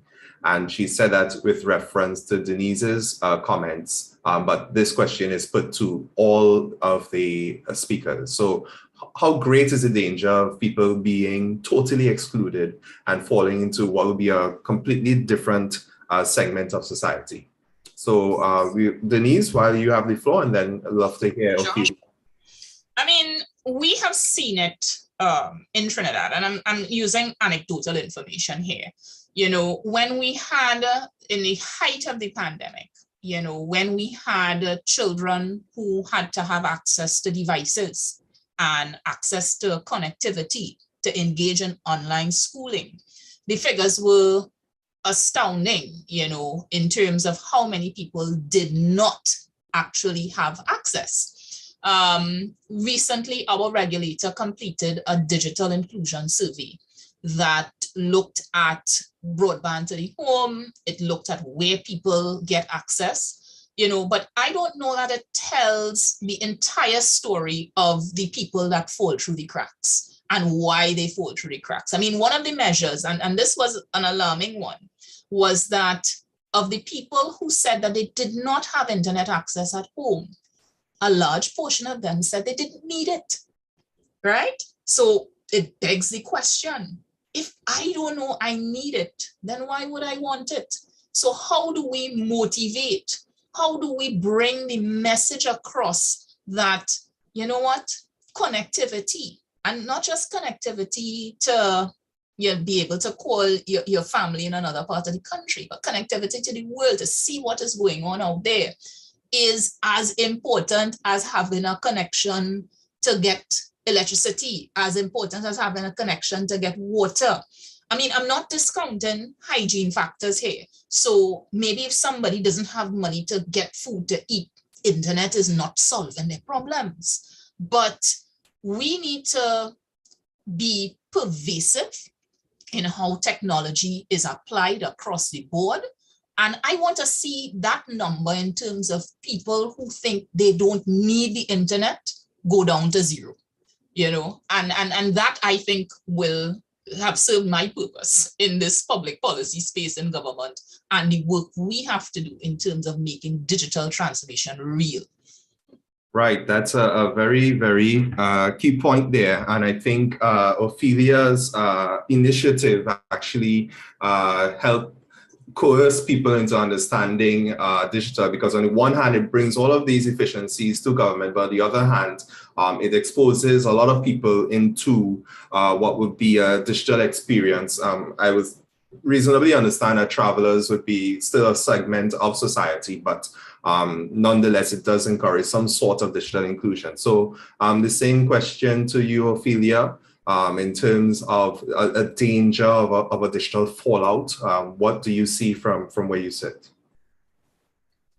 I think that's a great question. And I would look at it broadly. I know overall, when we look at the big tech companies, there's certainly a great drive to look at access and inclusion. When we come to the smaller islands, for example, like St. Kitts and Nevis, because we are geographically, we are very small. And so when it comes to adapting to technology and new things, we are also early adapters. And what I find is that, again, with COVID, it's just fast track everything. And so we've had the telecoms come on board, where they're being innovative in their offerings to get more people connected. We are able to see where persons would have lost their jobs during COVID and now remote workers. And so we have lost opportunity on one hand, and we have opportunities where persons are remote workers. So they definitely need to have access. So the telecoms have come on board and actually create programs whereby they can offer fiber to the home. That's going on right now. Hotspots in communities. So what we find is that there needs to be greater collaboration with the telecoms in the different countries. And I know the ITU, the International Telecommunications Union, would certainly be a great driver in terms of that. There will always be those persons who just does not want to be connected to the internet. But once they see the opportunities, how could they benefit from being connected, whether in terms of job opportunities, learning opportunities? I think it's just a matter of time when they're going to come on board as well, and ensuring that the connectivity, the cost of access is lowered and the quality is good. Thank you. All right, thank you, Ophelia. And Dr. Charles, are you there? I'm here. Okay, all right.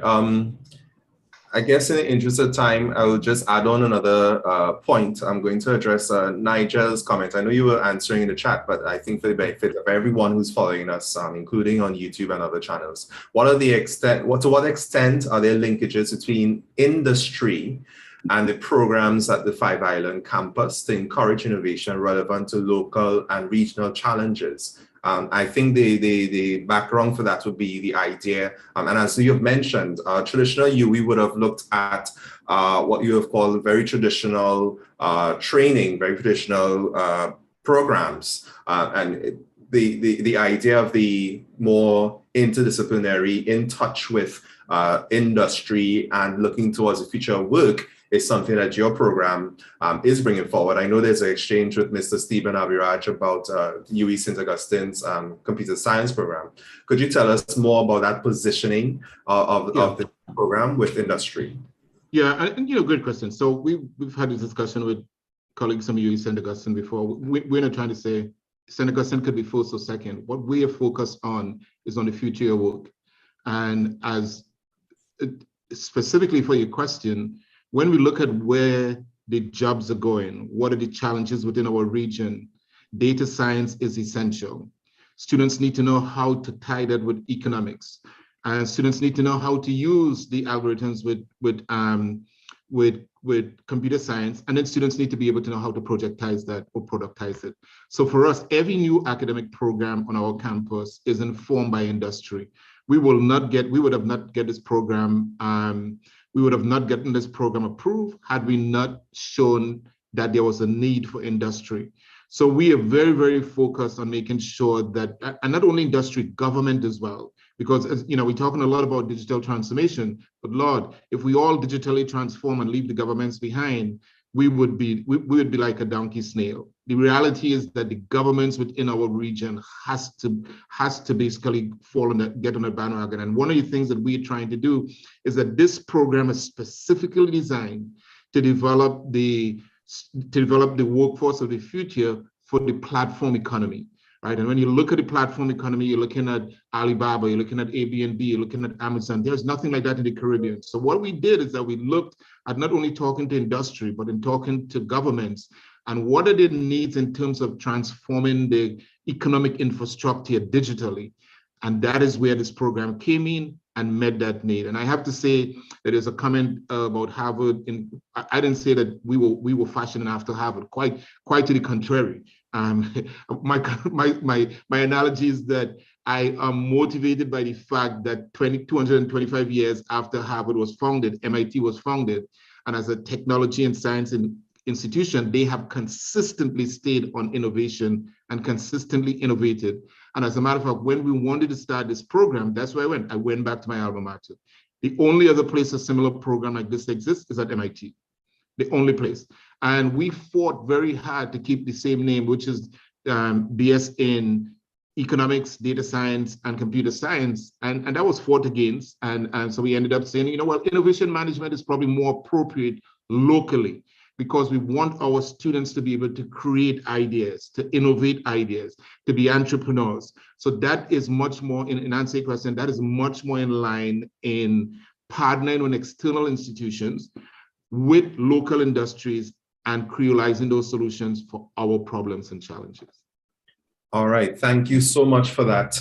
And I want to go back to a point that Bevel was making beforehand when he spoke about youth involvement, youth inclusion. On the one hand, there is the question of bringing their voices to the fore in terms of what solutions or what trends they see to speak to some of the digital transformation challenges that we are facing. But on the other hand, in addition to that sensitization or general sensitization that is required, programs such as this program at the UWI Five Island campus and others, the developers hub that Denise spoke about, I'm seeing as well an issue that we probably don't speak enough about: mentorship, mentoring. Could you give us any insights as to how mentoring could add or enrich that entire concept of having more youth involvement and youth inclusion, in addition to what we were structured as programs and the like, because there are a lot of how-tos that younger people are missing, that others, seasoned professionals would have had, and that's not really shared or documented anywhere else. But that's a great question. And I want to take a sub of that question, and a sub of that question, a woman mentoring. So we had a situation where last semester where several female students, this is the only school, the School of Science, Computer and Artificial Intelligence is the only school on campus that has less percentage female than male. All the other schools are about 85%. This is about 35% female and 65% male. And we need to switch that. We need to get our male on campuses. But we realized that one of the common complaints about the women is that there was a lack of alliance among them. So one of the universities that we have an alliance with in the US is University of Maryland, Baltimore County. And they have a very well-funded National Science Foundation Center for Women in Technology. So what we launched about a month ago is our Club for Women in Technology. And all the women in technology on this call, if you are interested in helping our youth of the region, please drop me an email. But we got a group of women who are in the industry so that our female students could see the art of the possible. And I specifically wanted to do that and launch it the week before final exams, because there was a sense in my mind that the female students had this depressed notion, because the guys, they will snuff it in your face, right? I mean, the guys will tell you, they're custom coding, and they will tell you, what to do. So it was really at an opportune time, and we had like 10 female execs in the tech world from across the US and throughout the Caribbean, and it was a great inertia for our female students. So I want to put it aside and say, yes, that is something we want to do for our female students, and we need our female students to grow. In terms of the male students, and let's put the cap on all the students. The thing about our students that I am fearful for is not what they could do. The thing that I'm fearful for is that they don't see you, and they don't see everybody else on this call. They either see us from a lecturer's perspective, but they don't see the entrepreneurs coming into the school, showing them how it's done. They don't see success. They don't see success unless it's outside of the Caribbean. I think what is going to set our young people on fire is if they see that. And I'll give you one short example. In Silicon Valley, if you fail, you get more money, right? You get more money, right? Because the next investor doesn't really want you to make the same mistake. Listen, think about when you were growing up in the Caribbean. If you fail and you do something wrong, your grandmother, you're probably going to get a shoe behind your head, right? So we are in the business of reimagining and reinventing how our young people think so that they could understand that it's okay to fail fast and move on. But failure is not a concept that these young people are accustomed to, but it is essential to be a successful entrepreneur. And that's what we're trying to do on Five Island campus. Whether you're in the School of Science, Computer and Artificial Intelligence, business, education, or nursing, we want you to think like an entrepreneur and understand that failure is essential. Thanks so much for that. I really identify with that idea in the Caribbean. We see failure as the be all and end all, but failure is just realizing a particular path that wouldn't work for what you need to do to continue finding paths that work.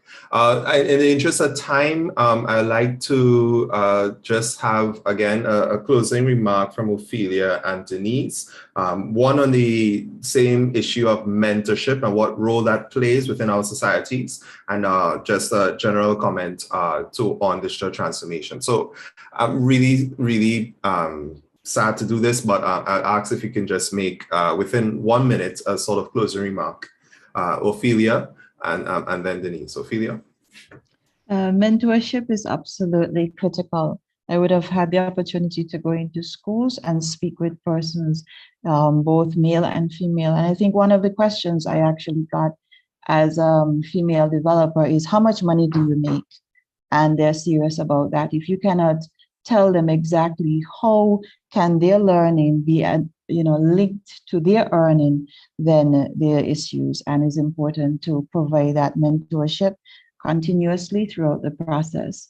As it relates to digital transformation, I would say that we are on a good path, and then we need to continue to press forward to ensure that we have good governance, legislative agenda is intact, and our security is absolutely spot on, as well as our public awareness and education. Thank you.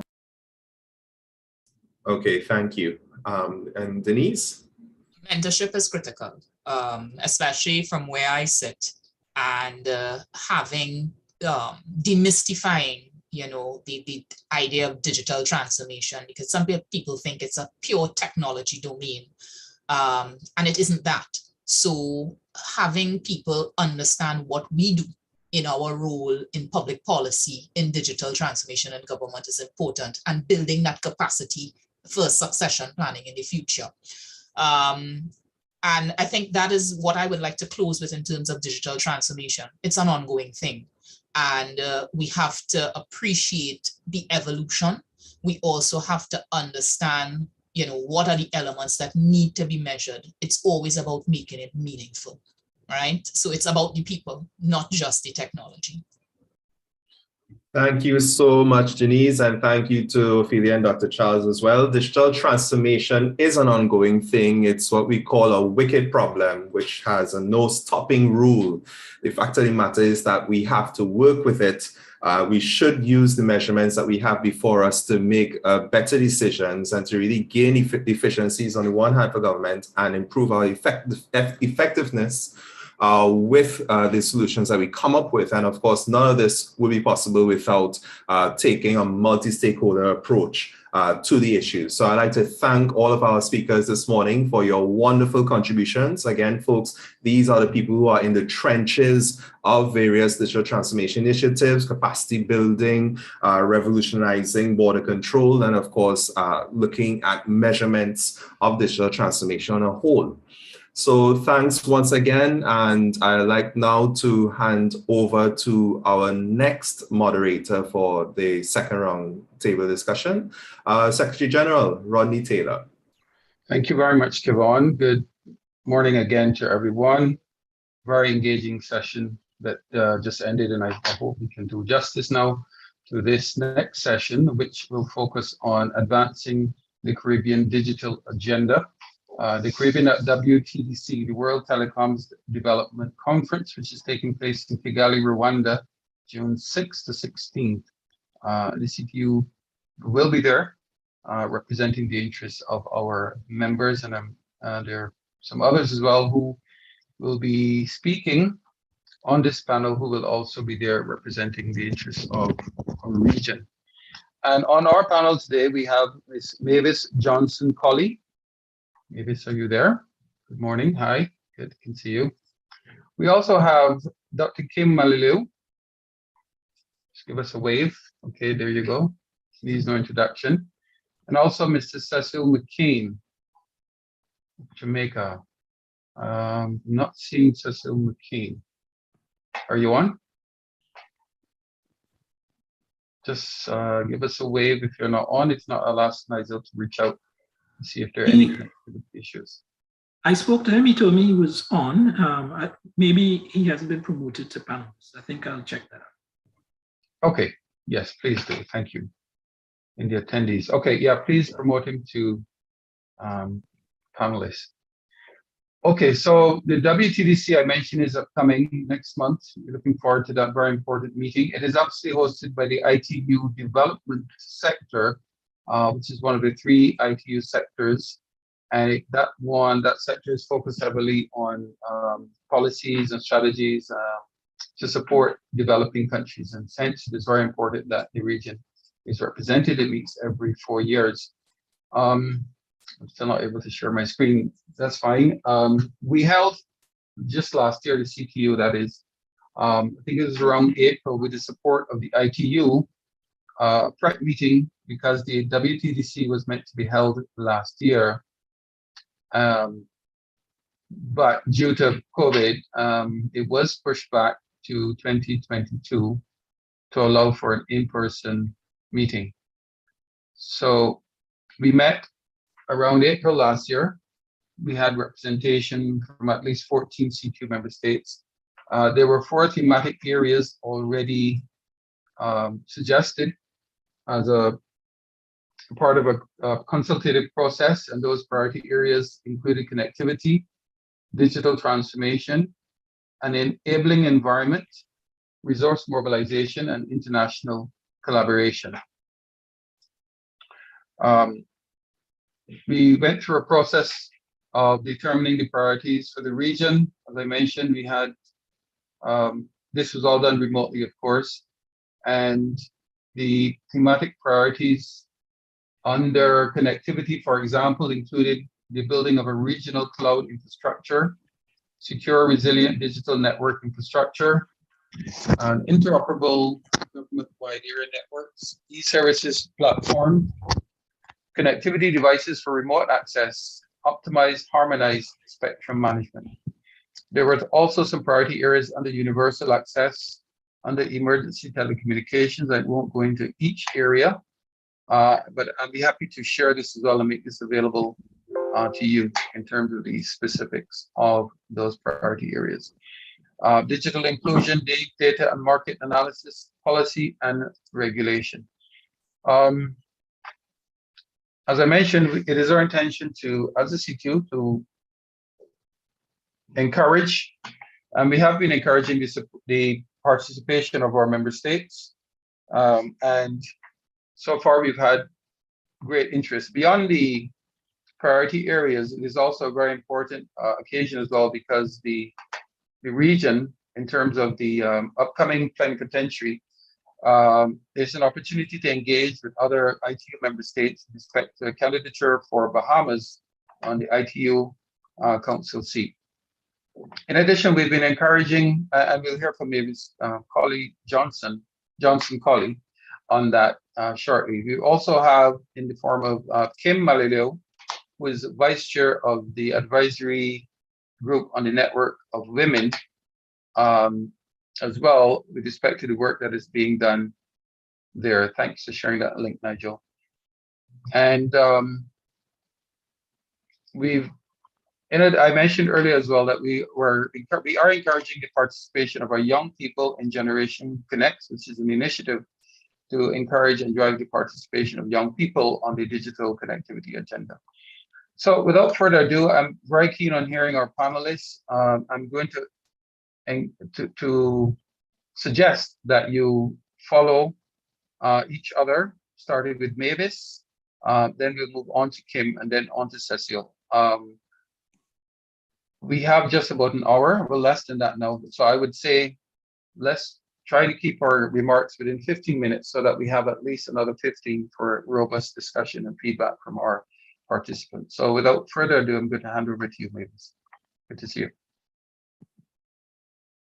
Good morning, colleagues. I think it's morning everywhere, right? Still. Just about.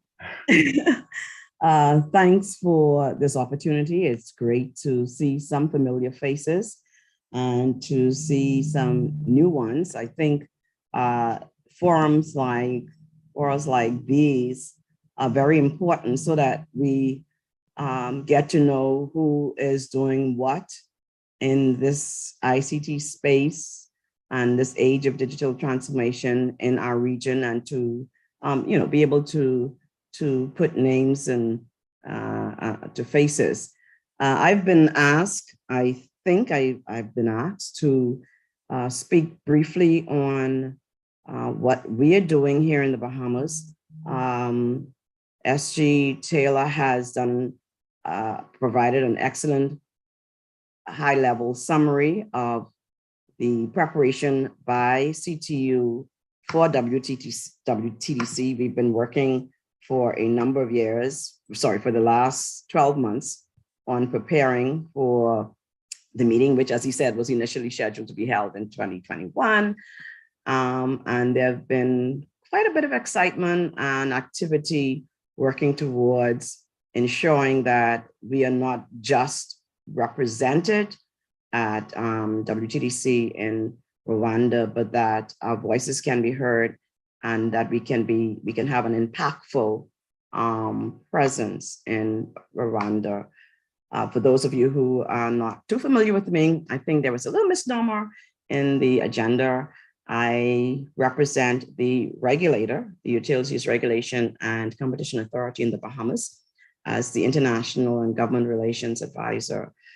So my role is kind of one that is supposed to bring together the various stakeholders locally, engage with international stakeholders to ensure that the policies that we are seeking to develop and implement locally are fit for purpose, that we have, we can leverage our connections to those international organizations and agencies to ensure that we have resources to assist in capacity building, and just to know what's going on internationally and regionally that impacts this space that we call telecommunications, information communication technology.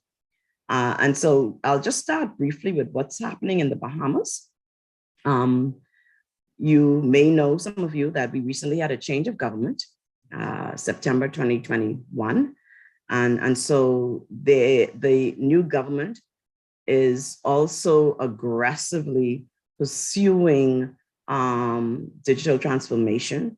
In fact, the single online platform recently celebrated its first year anniversary, and some of you may have heard of it.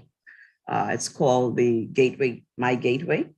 And currently, just to give you some statistics on what's going on with My Gateway, there's currently 70,000 users offering 46 services and supplied by some 12 agencies. Through the My Gateway project, government has been able to collect about $1.7 million in revenue. The goal is over the next 3 years to increase services, from 46 to some 200. The main initiative of the current government is a project called eBahamas Services, and that is aimed at increasing the, as I mentioned earlier, the number of services, digital services that are available to residents and citizens, to ensuring that communities are connected. And there's been a lot of questions, a lot of comments today about connectivity, and I totally agree with I think Belvin presentation was one that gave us a lot of food for thought, as like Denise White's presentation.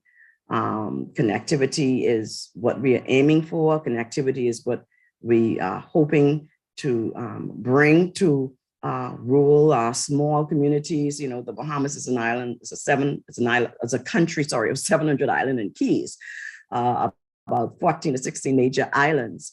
And there are pockets on each of those islands where it's difficult for a provider to be profitable and provide services to certain pockets of the community. And so it's a challenge for providers, it's a challenge for government, but I'm happy to say that we at the regulator believe that we are making some progress in regards to Universal Services Fund.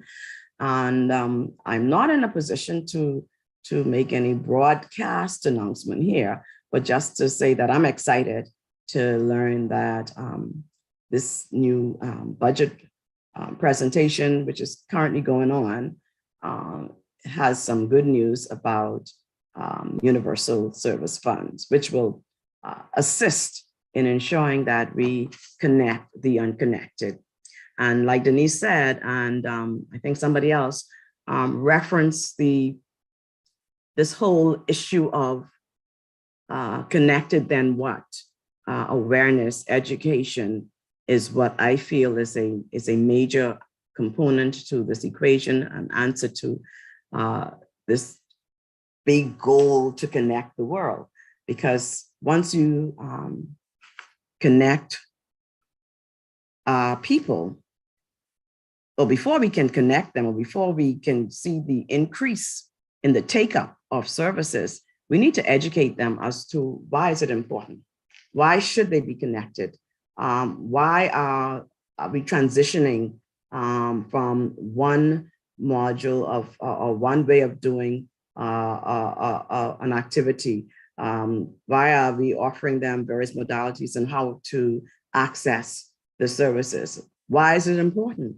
How is it going to change their life? How is it going to enhance their quality of life? And then the other flip side of that coin is once we do all of that, and they then begin to expect greater as a result of having access to more, are we in a position to offer them more? So I know that's not quite what I'm supposed to be talking about, but I think as we talk about where we are and the quantity of services that we are providing to our people, we need to also consider, are we educating them sufficiently? Are we providing an awareness so that we can see an uptick in the services, so that banks can realize a benefit to the marketing dollars that they're spending to tell people, go on, take up online banking instead of coming and trying to still stand in a line to access services. From the regulator point of view, we do have IXP regulation.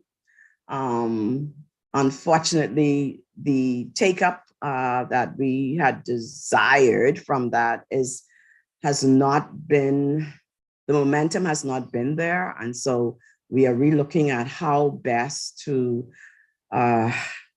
continue to create an awareness of the regulatory regime and to further encourage the development of that sector, to drive home, not only is it good in terms of driving or directing how our traffic is allocated or where it's located, where the data is stored, but also hoping to encourage the development of local content.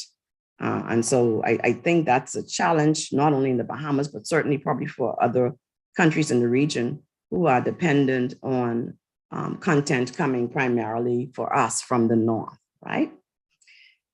So in addition to the IXP's regulation and what's happening with universal service funds, we would have also rolled out recently disaster communications management regulation to govern the way in which service providers perform, operate, bounce back during and after disaster. And as you know, being in the hurricane belt, that is something that is very critical and important to us here in the Bahamas.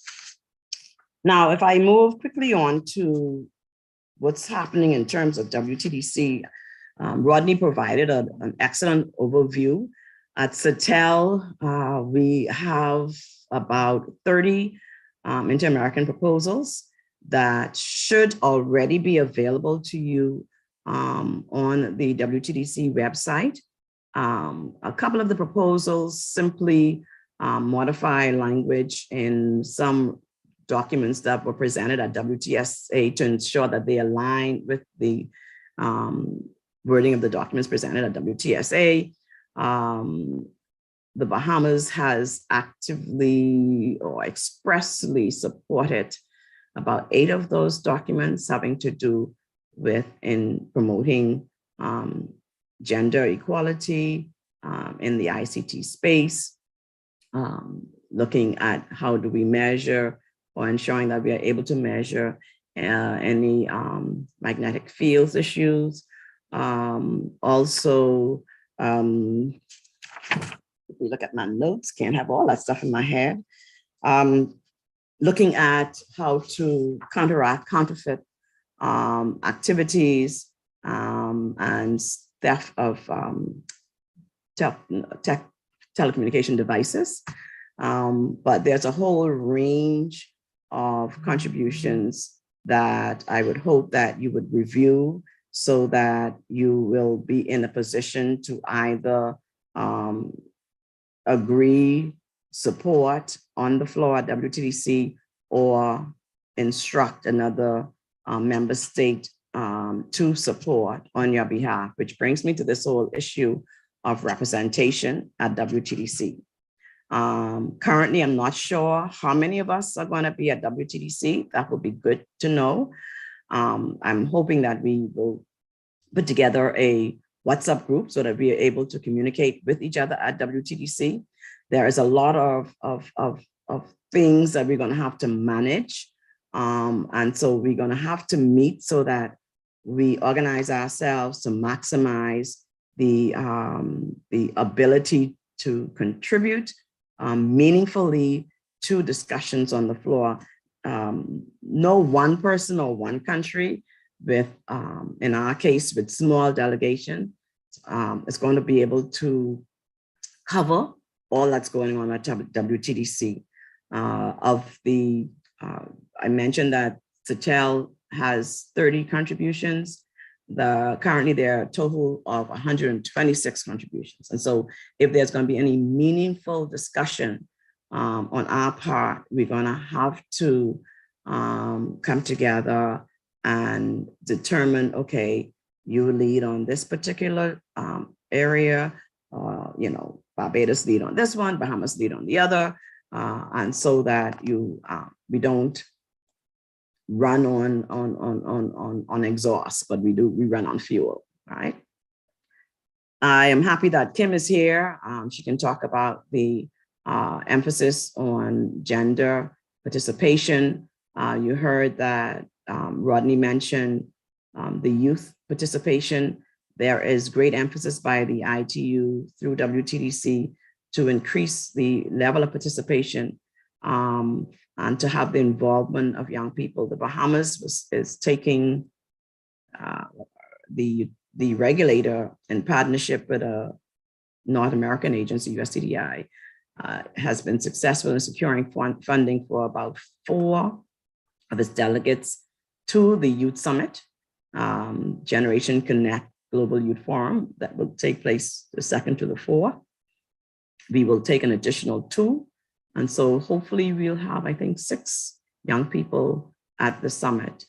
In terms of our delegation for WTDC, we have a 5-member delegation, including a parliamentary secretary, who we hope will be giving a high-level policy commitment statement during another new initiative for WTDC, Partner to Connect.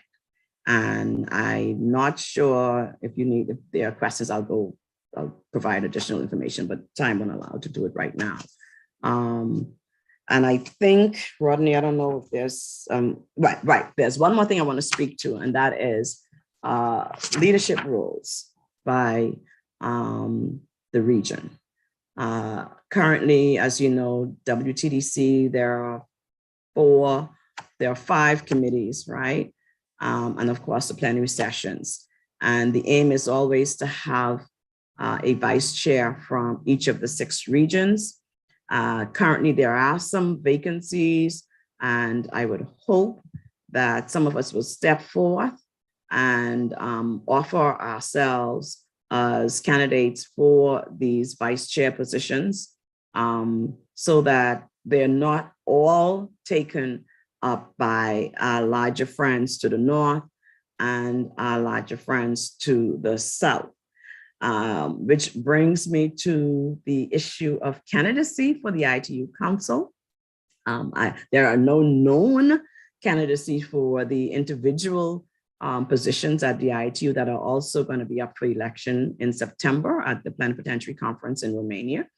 But certainly the Bahamas, as you know, because your governments have endorsed us, will be seeking re-election for the ITU Council.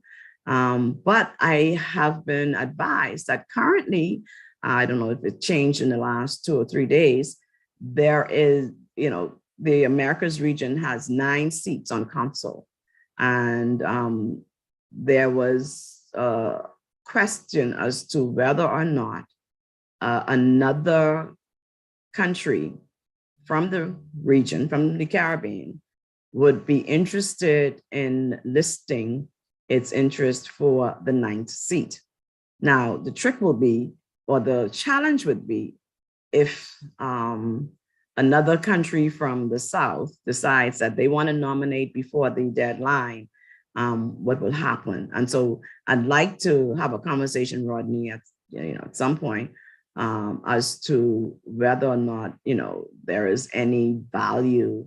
Well, I know there's value, but whether or not there is the possibility to encourage another country who, if the number of countries from the Americas region remain at 9, the issue of resources to mount a campaign will not apply or will not be of as great a concern as if there was more than 9 countries vying for the council seat. And so please, if you're coming to WTDC, let's make sure that we collaborate prior to getting there. If you're not going to be represented, if there's a country that is not going to be represented, Rodney, we need to work to see how we can get proxy votes in. 2 issues that we anticipate coming on the floor. One similar to WTSA, which has to do with Russia. There was a move, there was a vote, which was unusual at the ITU, to block Russia's nomination to any leadership position at WTSA. The same thing happened at Council. And so we anticipate that the same thing will happen at WTSA. And so the votes, sorry, at WTDC. And so we will need the votes or to know how you want us to vote and or to go through the process to send in a proxy to vote on your behalf to, again, stemming any move by the Russian delegations to seek leadership position at WTDC. Rodney, I think I'll stop there. I know I ran all over the place trying to just touch here and touch there. And if there are any questions, I'll be happy to answer. Great, thank you very much, Mavis. Let's leave the questions until the end, if that's okay. And I'm going to go straight. Thanks for that very, very comprehensive presentation as well in terms of the upcoming WTDC, the Youth Forum, as well as the Gender Network of Women Initiative, and also Partner to Connect. And I'm certainly encouraging our member states to make pledges with respect to connectivity in fulfillment of the Global Connectivity Agenda up to 2030. But I'm going to hand over now to Kim. Hand the floor over to you to speak about the upcoming WTDC and your work and and why the region needs to pay attention. Thank you. Thanks so much, Rodney. Please permit me to add to your and Mavis' contributions to the scoping of the WTDC, inputs, outputs, and expected outcomes as the basis of a call for action to Caribbean colleagues. Also to remind a bit about the manner in which the ITU fits into the Caribbean digital ecosystem, and to clarify the channels for feed forward and feedback into the conference activities for our collective profit. There are very many things that need to run in tandem to advance the Caribbean digital agenda. There is opportunity and need for simultaneous bottom-up and top-down action, as well as increasing activity by intermediaries. It's not all bells and whistles and flashing lights. Indeed, much of what gives information and communications technology, ICT, its power and magic has to do with the glue that binds, the invisible foundations and frameworks, the standards we take for granted, the unseen policies and the bridges that connect individuals, organizations, countries, regions, and the world to ensure economies of scale, conformance and interoperability of equipment, devices, and software, regulatory certainty, and much more that ultimately provide the opportunity for all persons on the planet to influence and benefit from the power and magic of ICT. So here we are today to consider some of the things that lie behind the scenes at the global level that derive from inputs from the regional and national levels whether they are forthcoming or not. WTDC is a convening of minds, countries, and regions to craft an agenda for global telecom and ICT. It is the highest statutory conference of the International Telecommunication Union's ITU's development sector, which provides, so these are the outputs, policy frameworks, knowledge products, data and statistics, capacity development, technical assistance, and convening platforms. And these are relevant to the application of ICTs for social and economic development with an emphasis on marginalized communities everywhere. At the conference, delegations of ITU member states together developed the priorities, strategies, and action plans of ITUD that ensure that its outputs, remember what they are, policy frameworks, knowledge products, data and statistics, capacity development, technical assistance, and convening platforms are fit for their national and regional needs. If they choose to feed forward and feed back, which is why Mavis has stressed the importance of participation. I note that the goal of today's Caribbean Internet Public Policy Forum is to foster awareness of approaches and practical strategies for synchronization, coordinating, and collaboration on internet policy development initiatives, cooperation, safeguarding national, regional, and international development interests, and participation, facilitating Caribbean involvement in and tracking of international policy developments. I say to you, it is worthwhile to include the extended WTDC process, it's quite extended, in the Caribbean suite of synchronization, cooperation, and participation channels. Conference deliberations center around proposals which have been submitted by member states and recognized regional bodies and considered prior to the conference through a comprehensive and painstaking process of regional and interregional preparatory meetings.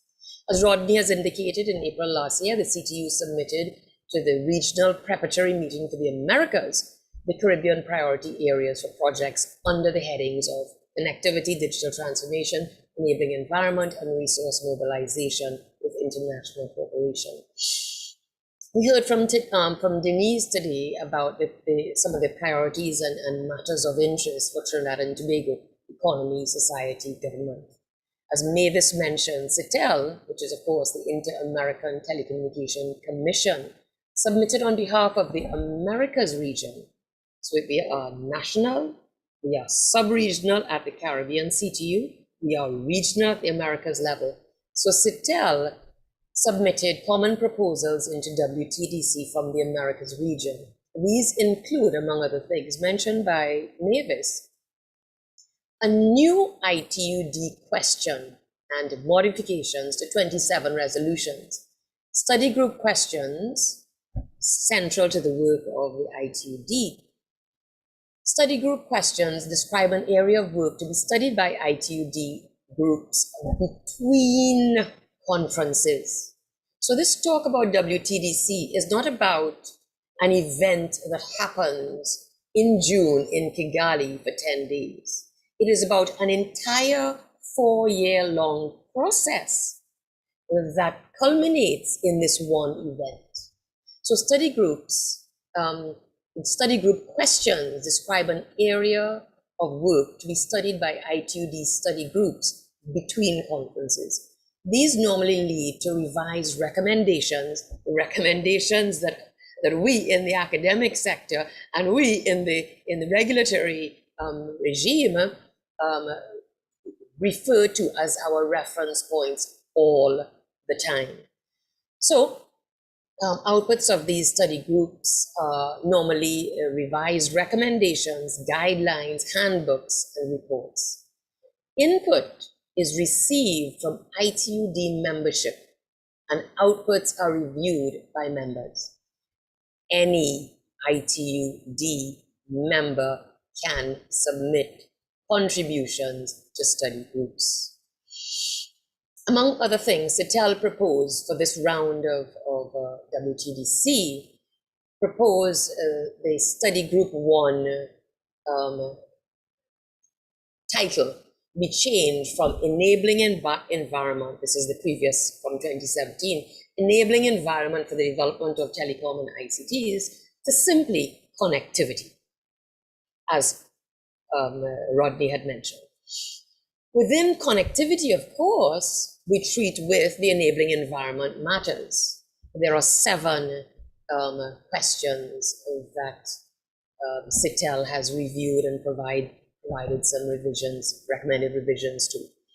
With respect to the second of 2 study groups, ICT services and applications for the promotion of sustainable development, that was the name of the study group up until now.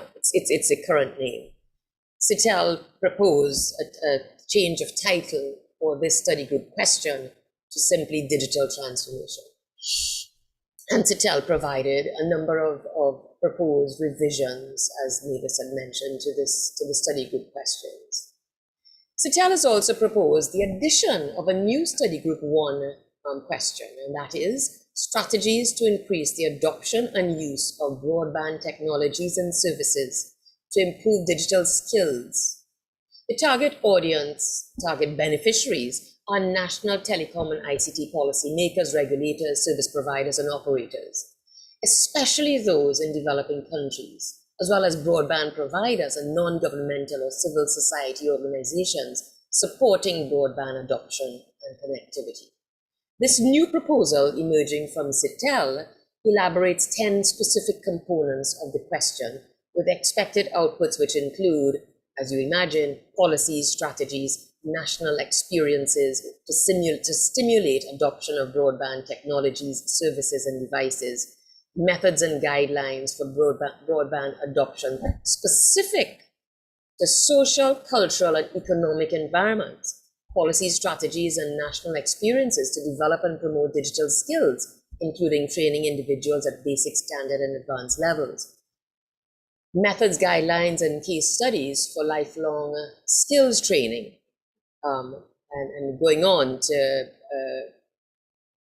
adoption of skills by women and other individuals in indigenous individuals in countries. All CITEL and other contributions to WTDC are publicly available, and CITEL has appointed points of contact for each proposal, so everybody's welcome to contribute through the appropriate channels, of course. Among the matters that have cross-cutting relevance to all CTU, CITEL, and WTDC matters, perhaps I can mention 3. And those are data, use, and gender mainstreaming. And here are some quick examples of initiatives that I'm personally involved in. Let's look at data. Fit for purpose data is one critical foundation for meaningful transformation. As I understand it, both Carib-NOG and CTU have started research initiatives, which among other things, set out to gather data. The Telecommunications Authority of Trinidad and Tobago, for which I am deputy chair, facilitates periodic data gathering and analysis exercises, such as, but not limited to, the assessment of the state of the local digital divide. These are, I offer to you, these are really excellent pieces of work. The most recent findings are captured in the report on the National Digital Inclusion Survey 2021. Encourage everybody to review this report, and it really is a best practice in the conduct of this national survey periodically. TAT, the UE, the University of the West Indies, St. Augustine campus, and other partners, including the Internet Society, ISOC, are currently exploring collaboration on internet measurements, starting very small, very modest, low resource, in fact, no resource at all, starting very small, but hoping to ultimately inform and guide national and regional, internationally comparable measurements, which will inform policy, regulation, and programming. As I mentioned, this is a low resource initiative, which is purely utilizing existing facilities. Youth is my second underpinning theme that I think is very important. We've talked a lot about it at today's forum. I remember reminding the CTU, Rodney in particular, and Nigel, of the importance of just reminding them. It's not that they didn't know and that they didn't acknowledge. I just reminded them last year of the importance of youth, the importance of youth participation deliberately designed and orchestrated by the CTU. I also reminded Karen Nog at last week's ARIN Caribbean Technical Forum of the same thing. Not that they didn't know before, just a gentle reminder of the importance of their responsibility as a regional organization to take deliberate steps to include youth. And of course, Kevon has mentioned some of those initiatives already today. In terms of youth, my students run a Caribbean Communications for Development program of weekly fireside chats. We talk about mentorship. Mentorship comes in all different forms and should be approached in many different forms, touching on the sensitivities and the learning styles and the characters of different recipients of mentorship. So my students run a Caribbean Communications for Development program of weekly fireside chats. When we think of fireside, we think of a barbecue on the beach, a barbecue at camp. So fireside chats where they access professionals. Professionals give of their time. Many of those professionals who have come and spoken in very intimate and open terms, welcoming terms and tones to our students, our UE students and other students from UTT, for example, are right here in this forum, and I offer thank you. Thank you. These are the types of things that nobody really mentions. These are the types of things, though, that I think make a considerable impact on the development of students' minds and the minds of youth. So thank you. Thank you, Caribbean community in ICT, for supporting our call to come and chat with our youth. Rodney mentioned that WTDC Summit in Kigali the WTDC in Kigali is immediately preceded by the Generation Connect Global Youth Summit, right there in Kigali. Mavis also mentioned the representation from the Bahamas. There are 5 youth from Trinidad and Tobago who will attend the summit. One is a PhD student of mine who is also an ITU youth envoy. Another is one of our BSc students, and another is a recent graduate who received the Lideris Award from Latin American and Caribbean Internet Addresses Registry, LACNIC. That award was to conduct youth research to investigate the Caribbean ICT landscape, with a focus particularly on the gaps in Caribbean ICT data. Gender mainstreaming, just to close, gender equality is a human right as captured in the Universal Declaration of Human Rights, 1948. Gender mainstreaming is a strategy for achieving gender equality. It is a process of incremental change in policies, strategies, and activities. Gender context, gender analysis throughout the project cycle, results monitoring, resource allocation, gender focal point or units, women's participation in decision-making, and gender-responsive budgeting. Gender mainstreaming is not putting women on a panel, although thank you very much to CTU, ARIN and partners for putting women on this panel, but gender mainstreaming is much, much more than that. Gender mainstreaming brings the experience, knowledge, and interests of women and men to bear on the development agenda. It modifies the development agenda so that the results will benefit men and women equally. It results in the transformation of social and institutional unequal structures. The long-term objective is that attention to gender equality pervades all policies, strategies, and activities so that all persons influence, participate in, and benefit equally from all interventions. In multiple capacities, I am involved in a number of initiatives at institutional, regional, and international levels to develop a shared understanding of the discipline of gender mainstreaming as a precursor for action. I admit that I know little, and therefore I am drawing on the understanding, knowledge, wisdom, and experience of those who know as a precursor to action. And I encourage all interested to walk this journey that starts with understanding before action. So to close, I know I've taken some time. So to close, please recall that any ITUD member can submit, members of member states, etc., can submit contributions to ITUD work streams. My call to action is for an unbroken chain of documented communication, consultation, and collaboration in the Caribbean to feed into the ITUD process. Unbroken across sectors, public, private, civil, and academic, formal and informal, established and youth, served and unserved, of all genders and capabilities. Investment in the innovation ecosystem level is not only financial, as we knew. There is critical investment in these things: communication, consultation, and collaboration, and then to document them, and then to take this documentation up the percolation stack all the way up to the WTDC and further to the plenipotentiary of the ITU.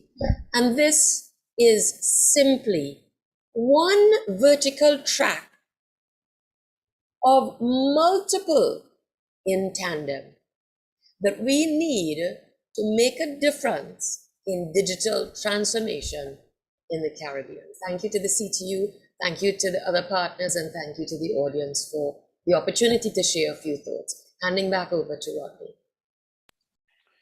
Thank you very much, Kim. Very riveting, very clear, very concise, very engaging. And one of the things that stood out actually in your presentation and Mavis's presentation as well is the number of young people who have taken up the opportunity of the fellowships being offered by USBPI, and I'm sure supported by some governments as well, to participate in the Generation Connect Youth Summit.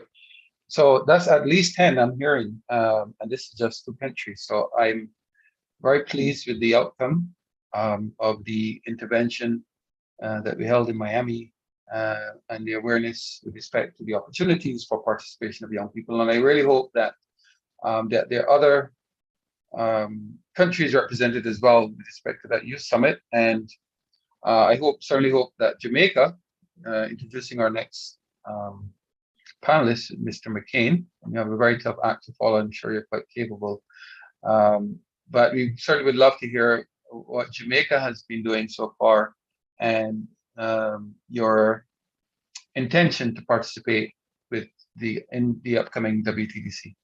So over to you, Mr. McCain. Thanks for joining us. Okay, thank you very much, SV. Good morning to everyone. You know, one of the things about being the last person to speak, you have heard it all the time, it has all been said before. And so I will attempt to not only to speak to what Jamaica has been doing as it relates to the digital agenda, but also to speak to other issues relating to our approach and how does this tie back into the WTDC. Okay, so I just don't think that's me. I think that's you. Uh, We've lost you. Right? You're not hearing me? Is that you're hearing me? I'm hearing you. Okay, okay, great. All right, so just I'm happy that both Kim and Mavis spoke before me, that they established a framework in terms of why we participate in the at the WTDC. And I just want to tie that in with the overall objective of the ITU. And noting that the Bahamas is on the council of the ITU, they have the ability to not just represent our interest, but also ensure that the resources of the ITU is allocated and utilized in keeping with our interest. And that's what I want to speak about generally, just to say that the tracks that Kim would have spoken about, you would have to be an ITUD member to participate at the WTDC.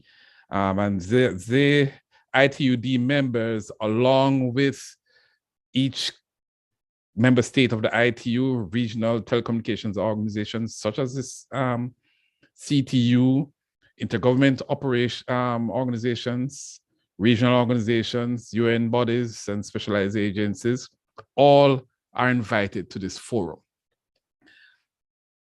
Unfortunately, throughout the Caribbean, we do not have, beyond member countries, we are not, or businesses or private sector or civil society are not members of ITUD. And I want to encourage groups, encourage businesses, the private sector, civil society, to take this opportunity, because the development arm of the ITU is one of the key areas of focus, certainly for Jamaica, as it recognizes our status, our history, and allows us, enables us to have that voice and to leverage the resources of the ITU in keeping with our own agenda. The other arms of the ITU would have been the radio communications sector, dealing, of course, with spectrum matters, and the standardization sector as well, dealing with standards and so on. And they're all interlinked into this one body, and they all feed into whatever the agenda items which are agreed at this WTDC is taken to the plenipotentiary conference for ratification by all member states of the ITU. And so I want to encourage not just member countries, but also individual groups, private sector, civil society, to also not just to participate, but to register as sector members for the ITUD, so that you can be a part of those discussions and be at the table and able to speak in the to the activities of the ITU. Let me turn my attention to our attendance. Quite simply, yes, Jamaica intends to, and at this point, we are registered and intend to attend the WTDC. What are we doing as it relates to the digital agenda? The pandemic, I guess, has taught the world a lesson in terms of preparation. And there are many times when the investments we make are not where they ought to be. The pandemic has allowed us to focus on what is needed to ensure that we have a real transformation of our economy.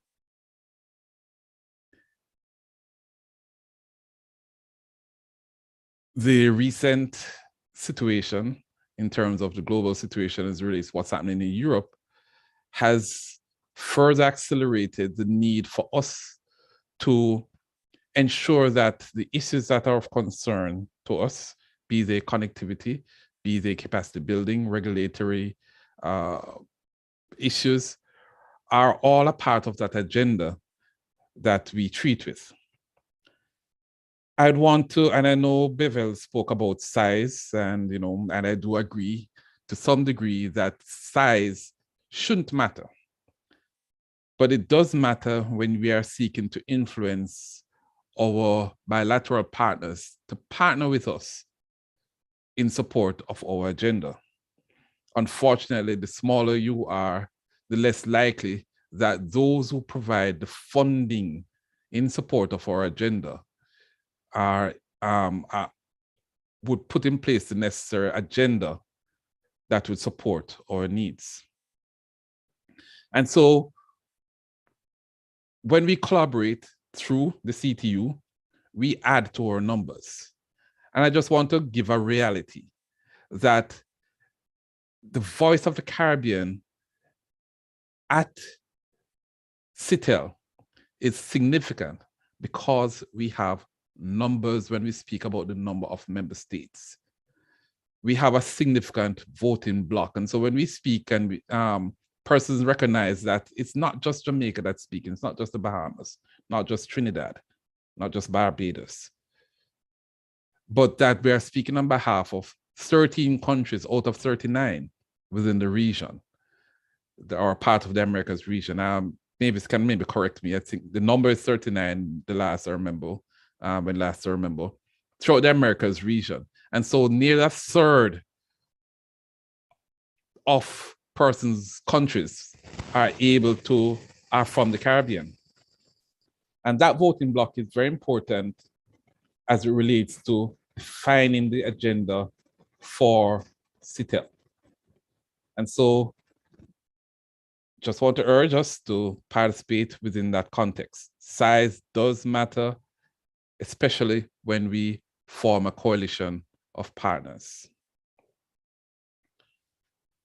One of the things we have been doing over the last few months, years, is that we have been mainstreaming our interventions in the digital arena. We have been treating with all aspects of digitization. We speak about digital government, digital infrastructure, or financial services, digital businesses, building skills, and dealing with the trust environment. We have been tackling all of those as a part of an ecosystem that should our intentions that treating within an ecosystem manner will ensure that we gain the most bang for our buck in terms of our expenditure. One of the things that I would personally want to encourage is that we also, on top of all of those issues that we are treating with, is to also invest in social capital. We have to give it time for these things to work. Our interventions oftentimes are discrete, disconnected, and do not necessarily, and at times can be conflicting with each other, or in the past, that was the case. And as a result, we would have had minimal growth. We say in Jamaica, you'd be marking time. 1 step forward, 2 steps backwards, or 1 step forward, 1 step backward. We have to therefore invest our time and leverage the resources of government as we deal with our partners to bring to the table the investments that we need. And I want to speak about this connectivity agenda that we all would have recognized. Many of us would have been around long enough to remember arising out of the collapse of the global economy in 2008. The ITU recognized the need for improved connectivity globally. And so they had a program called Connect the Americas. And through that program, we leveraged all global funding partners, the World Bank, ITU, the EU, all came to the table to hear what our needs were. And were able to create their programs going forward for the next 5-10 years to support our agenda, digital agenda that we have going forward. And so I'm highlighting it because it is through those interventions that we as individual countries can ensure that at the end of the day, our interests are met. A key program that we have been focusing on is, of course, on the infrastructure. We recognize that Jamaica being what it is in terms of size and its geography, notwithstanding that in many of our larger towns, we have good connectivity. The connectivity across our geographic landscape is wanting. And as such, we are now focusing on connecting that last mile and focusing in particular in those unserved and underserved areas. We'd have done actions, done a recent auction of spectrum, and as a part of the commitments for the award of the spectrum, we would have ensured that the winning bidder would connect a number of those communities that we would have identified as being either unserved or underserved. Our universal services, resources from our universal service fund, of course, as well as been leveraged, as well, working with our GovNet program to also connect that last mile and ensuring that we take the backbone into those regions that we are connected. This phased approach we call is a part of the National Broadband Initiative, whereby we seek to create an enabling environment that can leverage both the private capital to close the necessary market gaps and access gaps to minimize the need for public funding and to close digital access gaps. Highlighting here that in closing those gaps, we must deal with the question of accessibility. Affordability, because that's where your last mile connectivity comes in. You may have the infrastructure in place, but if your user is unable to afford it, then it makes does not make a difference.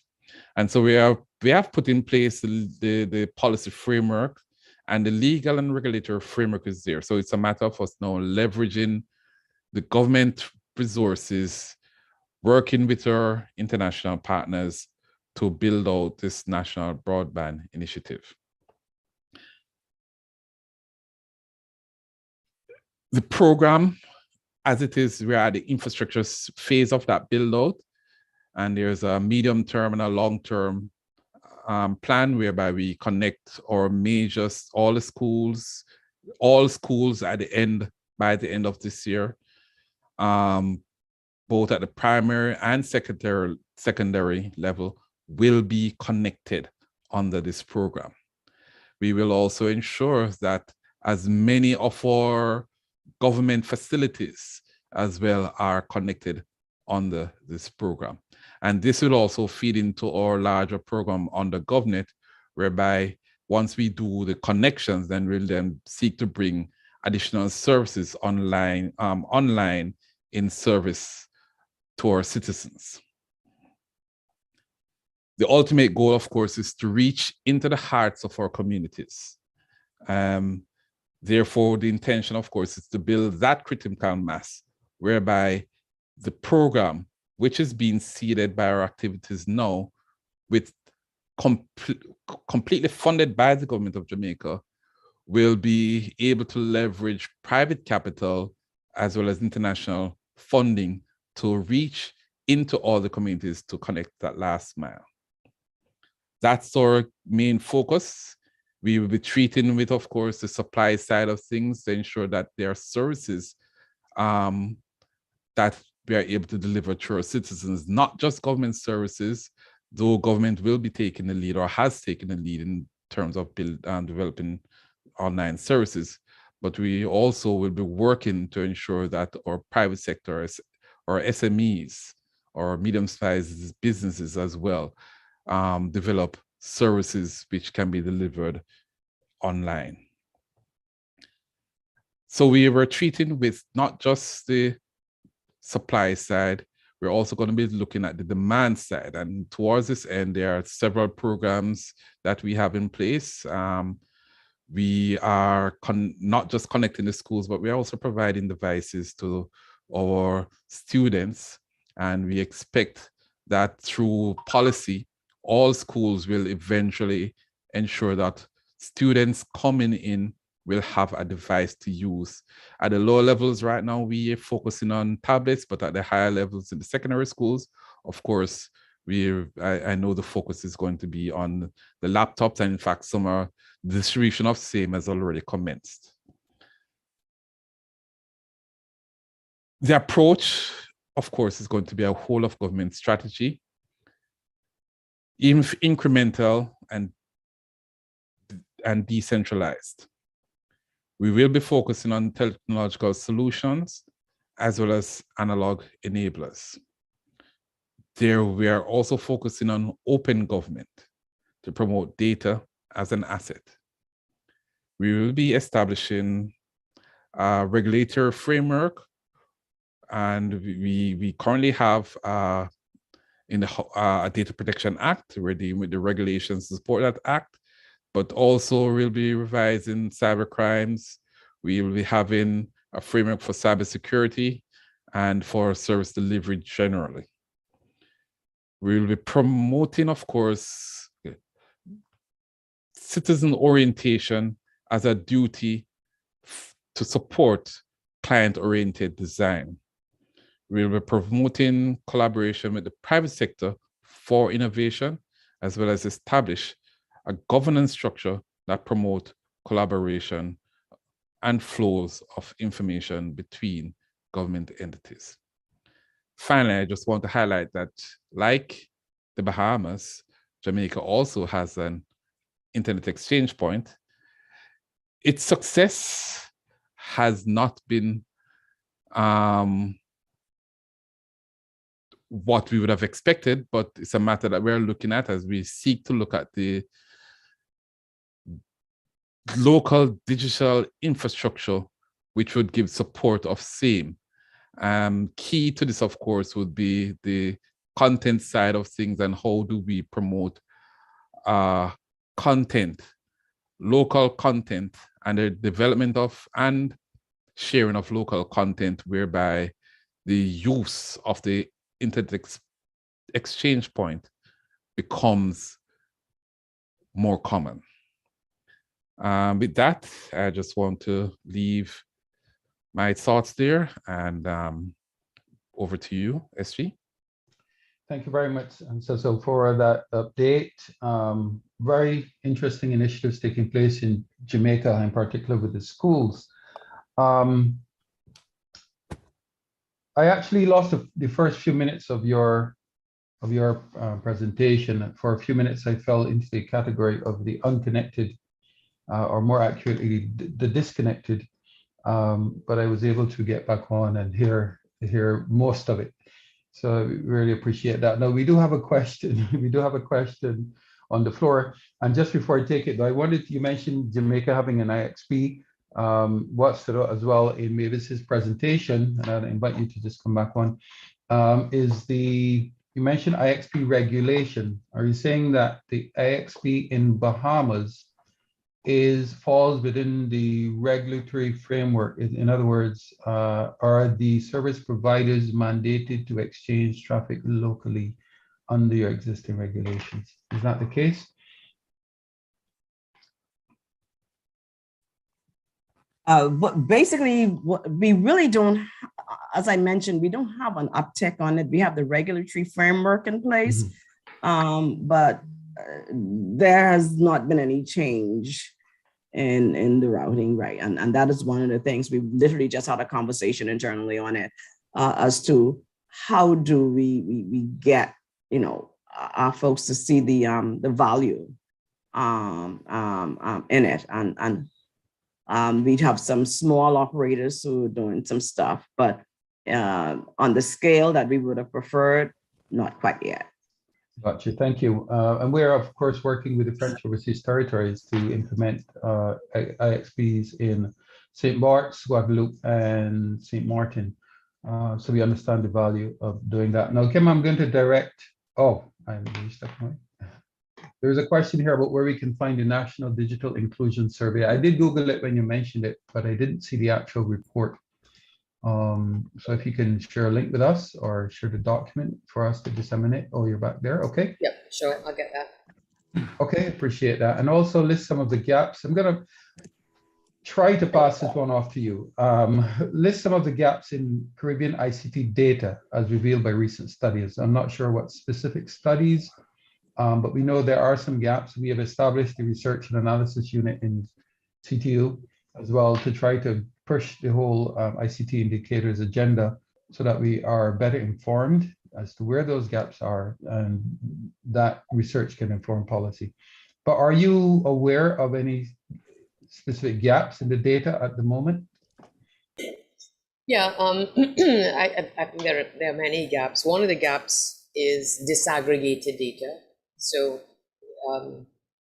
when it is that we are concerned with marginalization and the underserved, it's very important for us to be able to disaggregate the data in accordance with the target beneficiaries. So for example, we have very little, approximately zero data disaggregated by gender. Much of our telecommunications access data is not granular enough down to the community level. The digital inclusion survey that I mentioned, that I'm going to try to find the link for, that goes down to the community level, and that's a sort of data that is needed for programming, to underlie programming. There are a number of other data gaps. One of the things is I'm talking too much, so I guess let me just leave it there, and then I can talk some more if there's time. Thank you. Well, we are running out of time. I see Cecil has his hand up. I'm going to take your comment, Cecil, and then we actually do have to wrap. And I'm going to invite for some concluding remarks after Cecil speaks, Kevon Swift and Nigel Casimir, just to give us a few remarks on the earlier sessions. Go ahead, Cecil. Right. So I just want to speak to that issue of data collection. One of the things we did in Jamaica, and I know many countries, their initial design for their Telecommunications Act was based on Jamaica's initial design, whereby the onus for providing was on the regulator to prove why the data was needed and why it needed to remain confidential. We switched that role in our amendments that we made to our Telecommunications Act, and we'll continue with that when we do implement our ICT Act in the very near future. The switch would now put the onus on the companies to tell us why there's need to keep that data confidential. And so that's important, because at the end of the day, the regulated entities do not necessarily make the investment in disaggregating their own data and providing same to the regulator as a part of a normal reporting mechanism. And so we had to mainstream the need for them to do that so that we can have better data to make decisions.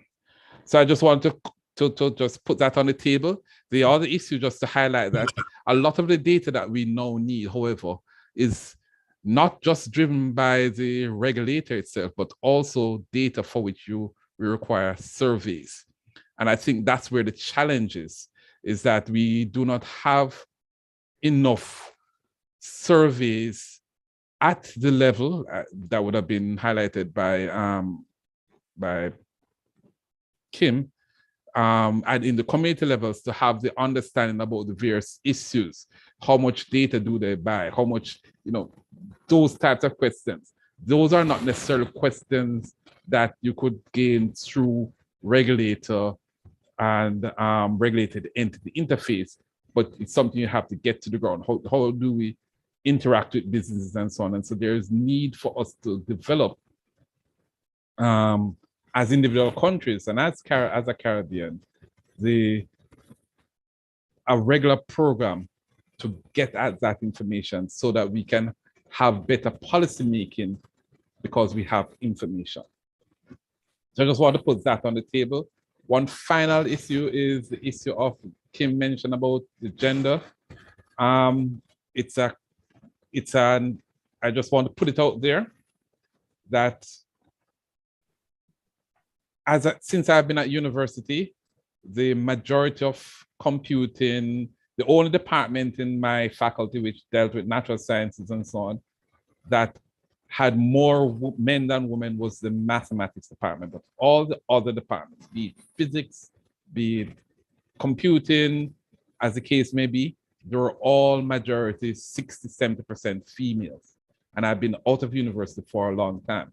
And the question is, why don't we have more women-based or more businesses headed by women, despite the fact that university on an annual for the last 20 years has been churning out a lot of women. And I think that's where we need to look at as we seek to deal with the gender issues, how to ensure that women are equally represented, not just in the boardroom, but also in the business in and of itself. So in and of the business itself. That's it. Thank you. Thank you very much for your intervention. We are out of time. I thank the panelists for your interventions with respect to the upcoming conference. Again, I re-emphasize my satisfaction with the number of young people so far that I'm hearing participating, and I think we should start a movement in Kigali with these young people.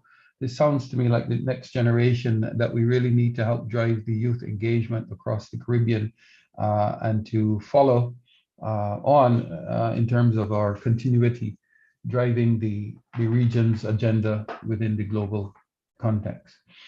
I'm going to just, as I mentioned, Kevon, if you have any closing remarks, and Nigel as well, I'm going to invite you just to do that now before we wrap up. Thanks very much, Rodney. And again, thanks to everyone for participating here today. I think we had some very enriching discussion, not only on just what are these major themes, but really contextualizing and understanding the Caribbean priorities surrounding them. So the gender question, which I find very interesting, that statistic that Cecil referred to, despite there being an overwhelming majority of young women enrolled in tertiary education, it doesn't really translate to seeing them in leadership and entrepreneurial positions. And these are very Caribbean specific issues. I also take on board the comment made by youth, and I had said at a previous forum, it's very interesting in the Caribbean that we talk about the enabling environment, we talk about setting ICTs for the future, yet I pretty much doubt anyone connected to the call may be an avid user of Canva or HubSpot or even TikTok. And that's really where the trends are going when you look at markets and when you look at tools and platforms that young people are using to actually generate real wealth, to monetize what we may seem to think would be just entertainment, but actually bringing real value to that. So how can we encourage our Caribbean youth to be part of that and not just use these global platforms, but innovate and create their own platforms and solutions and have that be a reference on a global scale. So I believe that we have really touched on a number of very useful discussions that we'll go back with. And I look forward to what we will be discussing on day 2 of these activities, which is on June the 2nd, where we're really going to unpack in a more detailed way all of the questions of data. So data is the hot item, it's the big ticket issue. We're not just talking about data protection, we're going to look at the security concerns, we're going to look at governance, and governance of data is one of the things that I'm personally fascinated with, because depending on where you find yourself in a geopolitical scheme, that governance question is often let's say, influenced for geopolitical concerns as opposed to really indigenous concerns and issues that we are facing. So that's something I think that we can all look forward to. I'd like to thank everyone again for coming out and attending this morning's activities, and enjoy the rest of your day. And I'll hand over to Nigel. Thank you very much, Kevin. You've, I think, summed up the day's proceedings pretty well. There's Just one thing I would like to mention, Rodney, specifically related to WTDC. When Cecil spoke, he harked back to a former initiative, Connect the Americas, where we got governments and donor agencies and private sector and so on together. In this upcoming WTDC, there is the Partner to Connect Digital Development Roundtable. And this is a coalition of those same sorts of stakeholders that are going to be expected in Kigali. And they are there to have this summit basically to work together and make pledges of resources and expertise to global digital development. That would enhance the resources available to the ITU after the WTDC. And the fact that we in the Caribbean have gotten our development priorities into the Americas proposals, and we fully expect that they will be recognized and accepted at the WTDC. We hope to find that with these additional pledges, that we would be able to access more resources and expertise out of the ITU to meet our own development goals in this period, which the WTDC covers. So I think that's an additional element to the value of participating in WTDC. And if even people at this late stage are not able to travel to Kigali, there is the opportunity as well to participate remotely. So you are encouraged to do that. Thank you very much. And just a few remarks as well, Einar, from Aaron's perspective. I understand Bevel may have dropped off, but please, by all means. Thank you, Rodney. Building on the discussion on industry or private sector and civil society participation, I'd like to let people know and would like to figure out how to share. We have a grant program at ARIN, and with Diplo, Diplo did a study of SDO participation by governments and industry in the ARIN region. And that's available on our website. It's a PDF. I would love to make that available to the CTU and to attendees. We'll figure out how to make that happen. And then just to echo also the comments made about looking forward to next week. What a great day today was. And I look forward to further discussion on other topics. Thank you, Secretary General. My pleasure, and thank you all for participating today. This has been Advancing Caribbean Digital Development within a changing global context. And I think we did touch on some very critical points in that respect. Thanks for your participation. See you next week, same time. And don't forget to register for the cryptocurrency webinar that follows on June the 3rd. Thank you all very much for your participation today. Thank you, SG. Thank you for the inclusion. And thank you. Everyone said it was a very good and valuable discussion. All right, thank you, Mavis.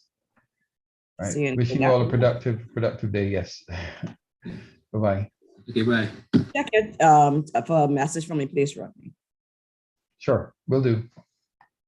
All right.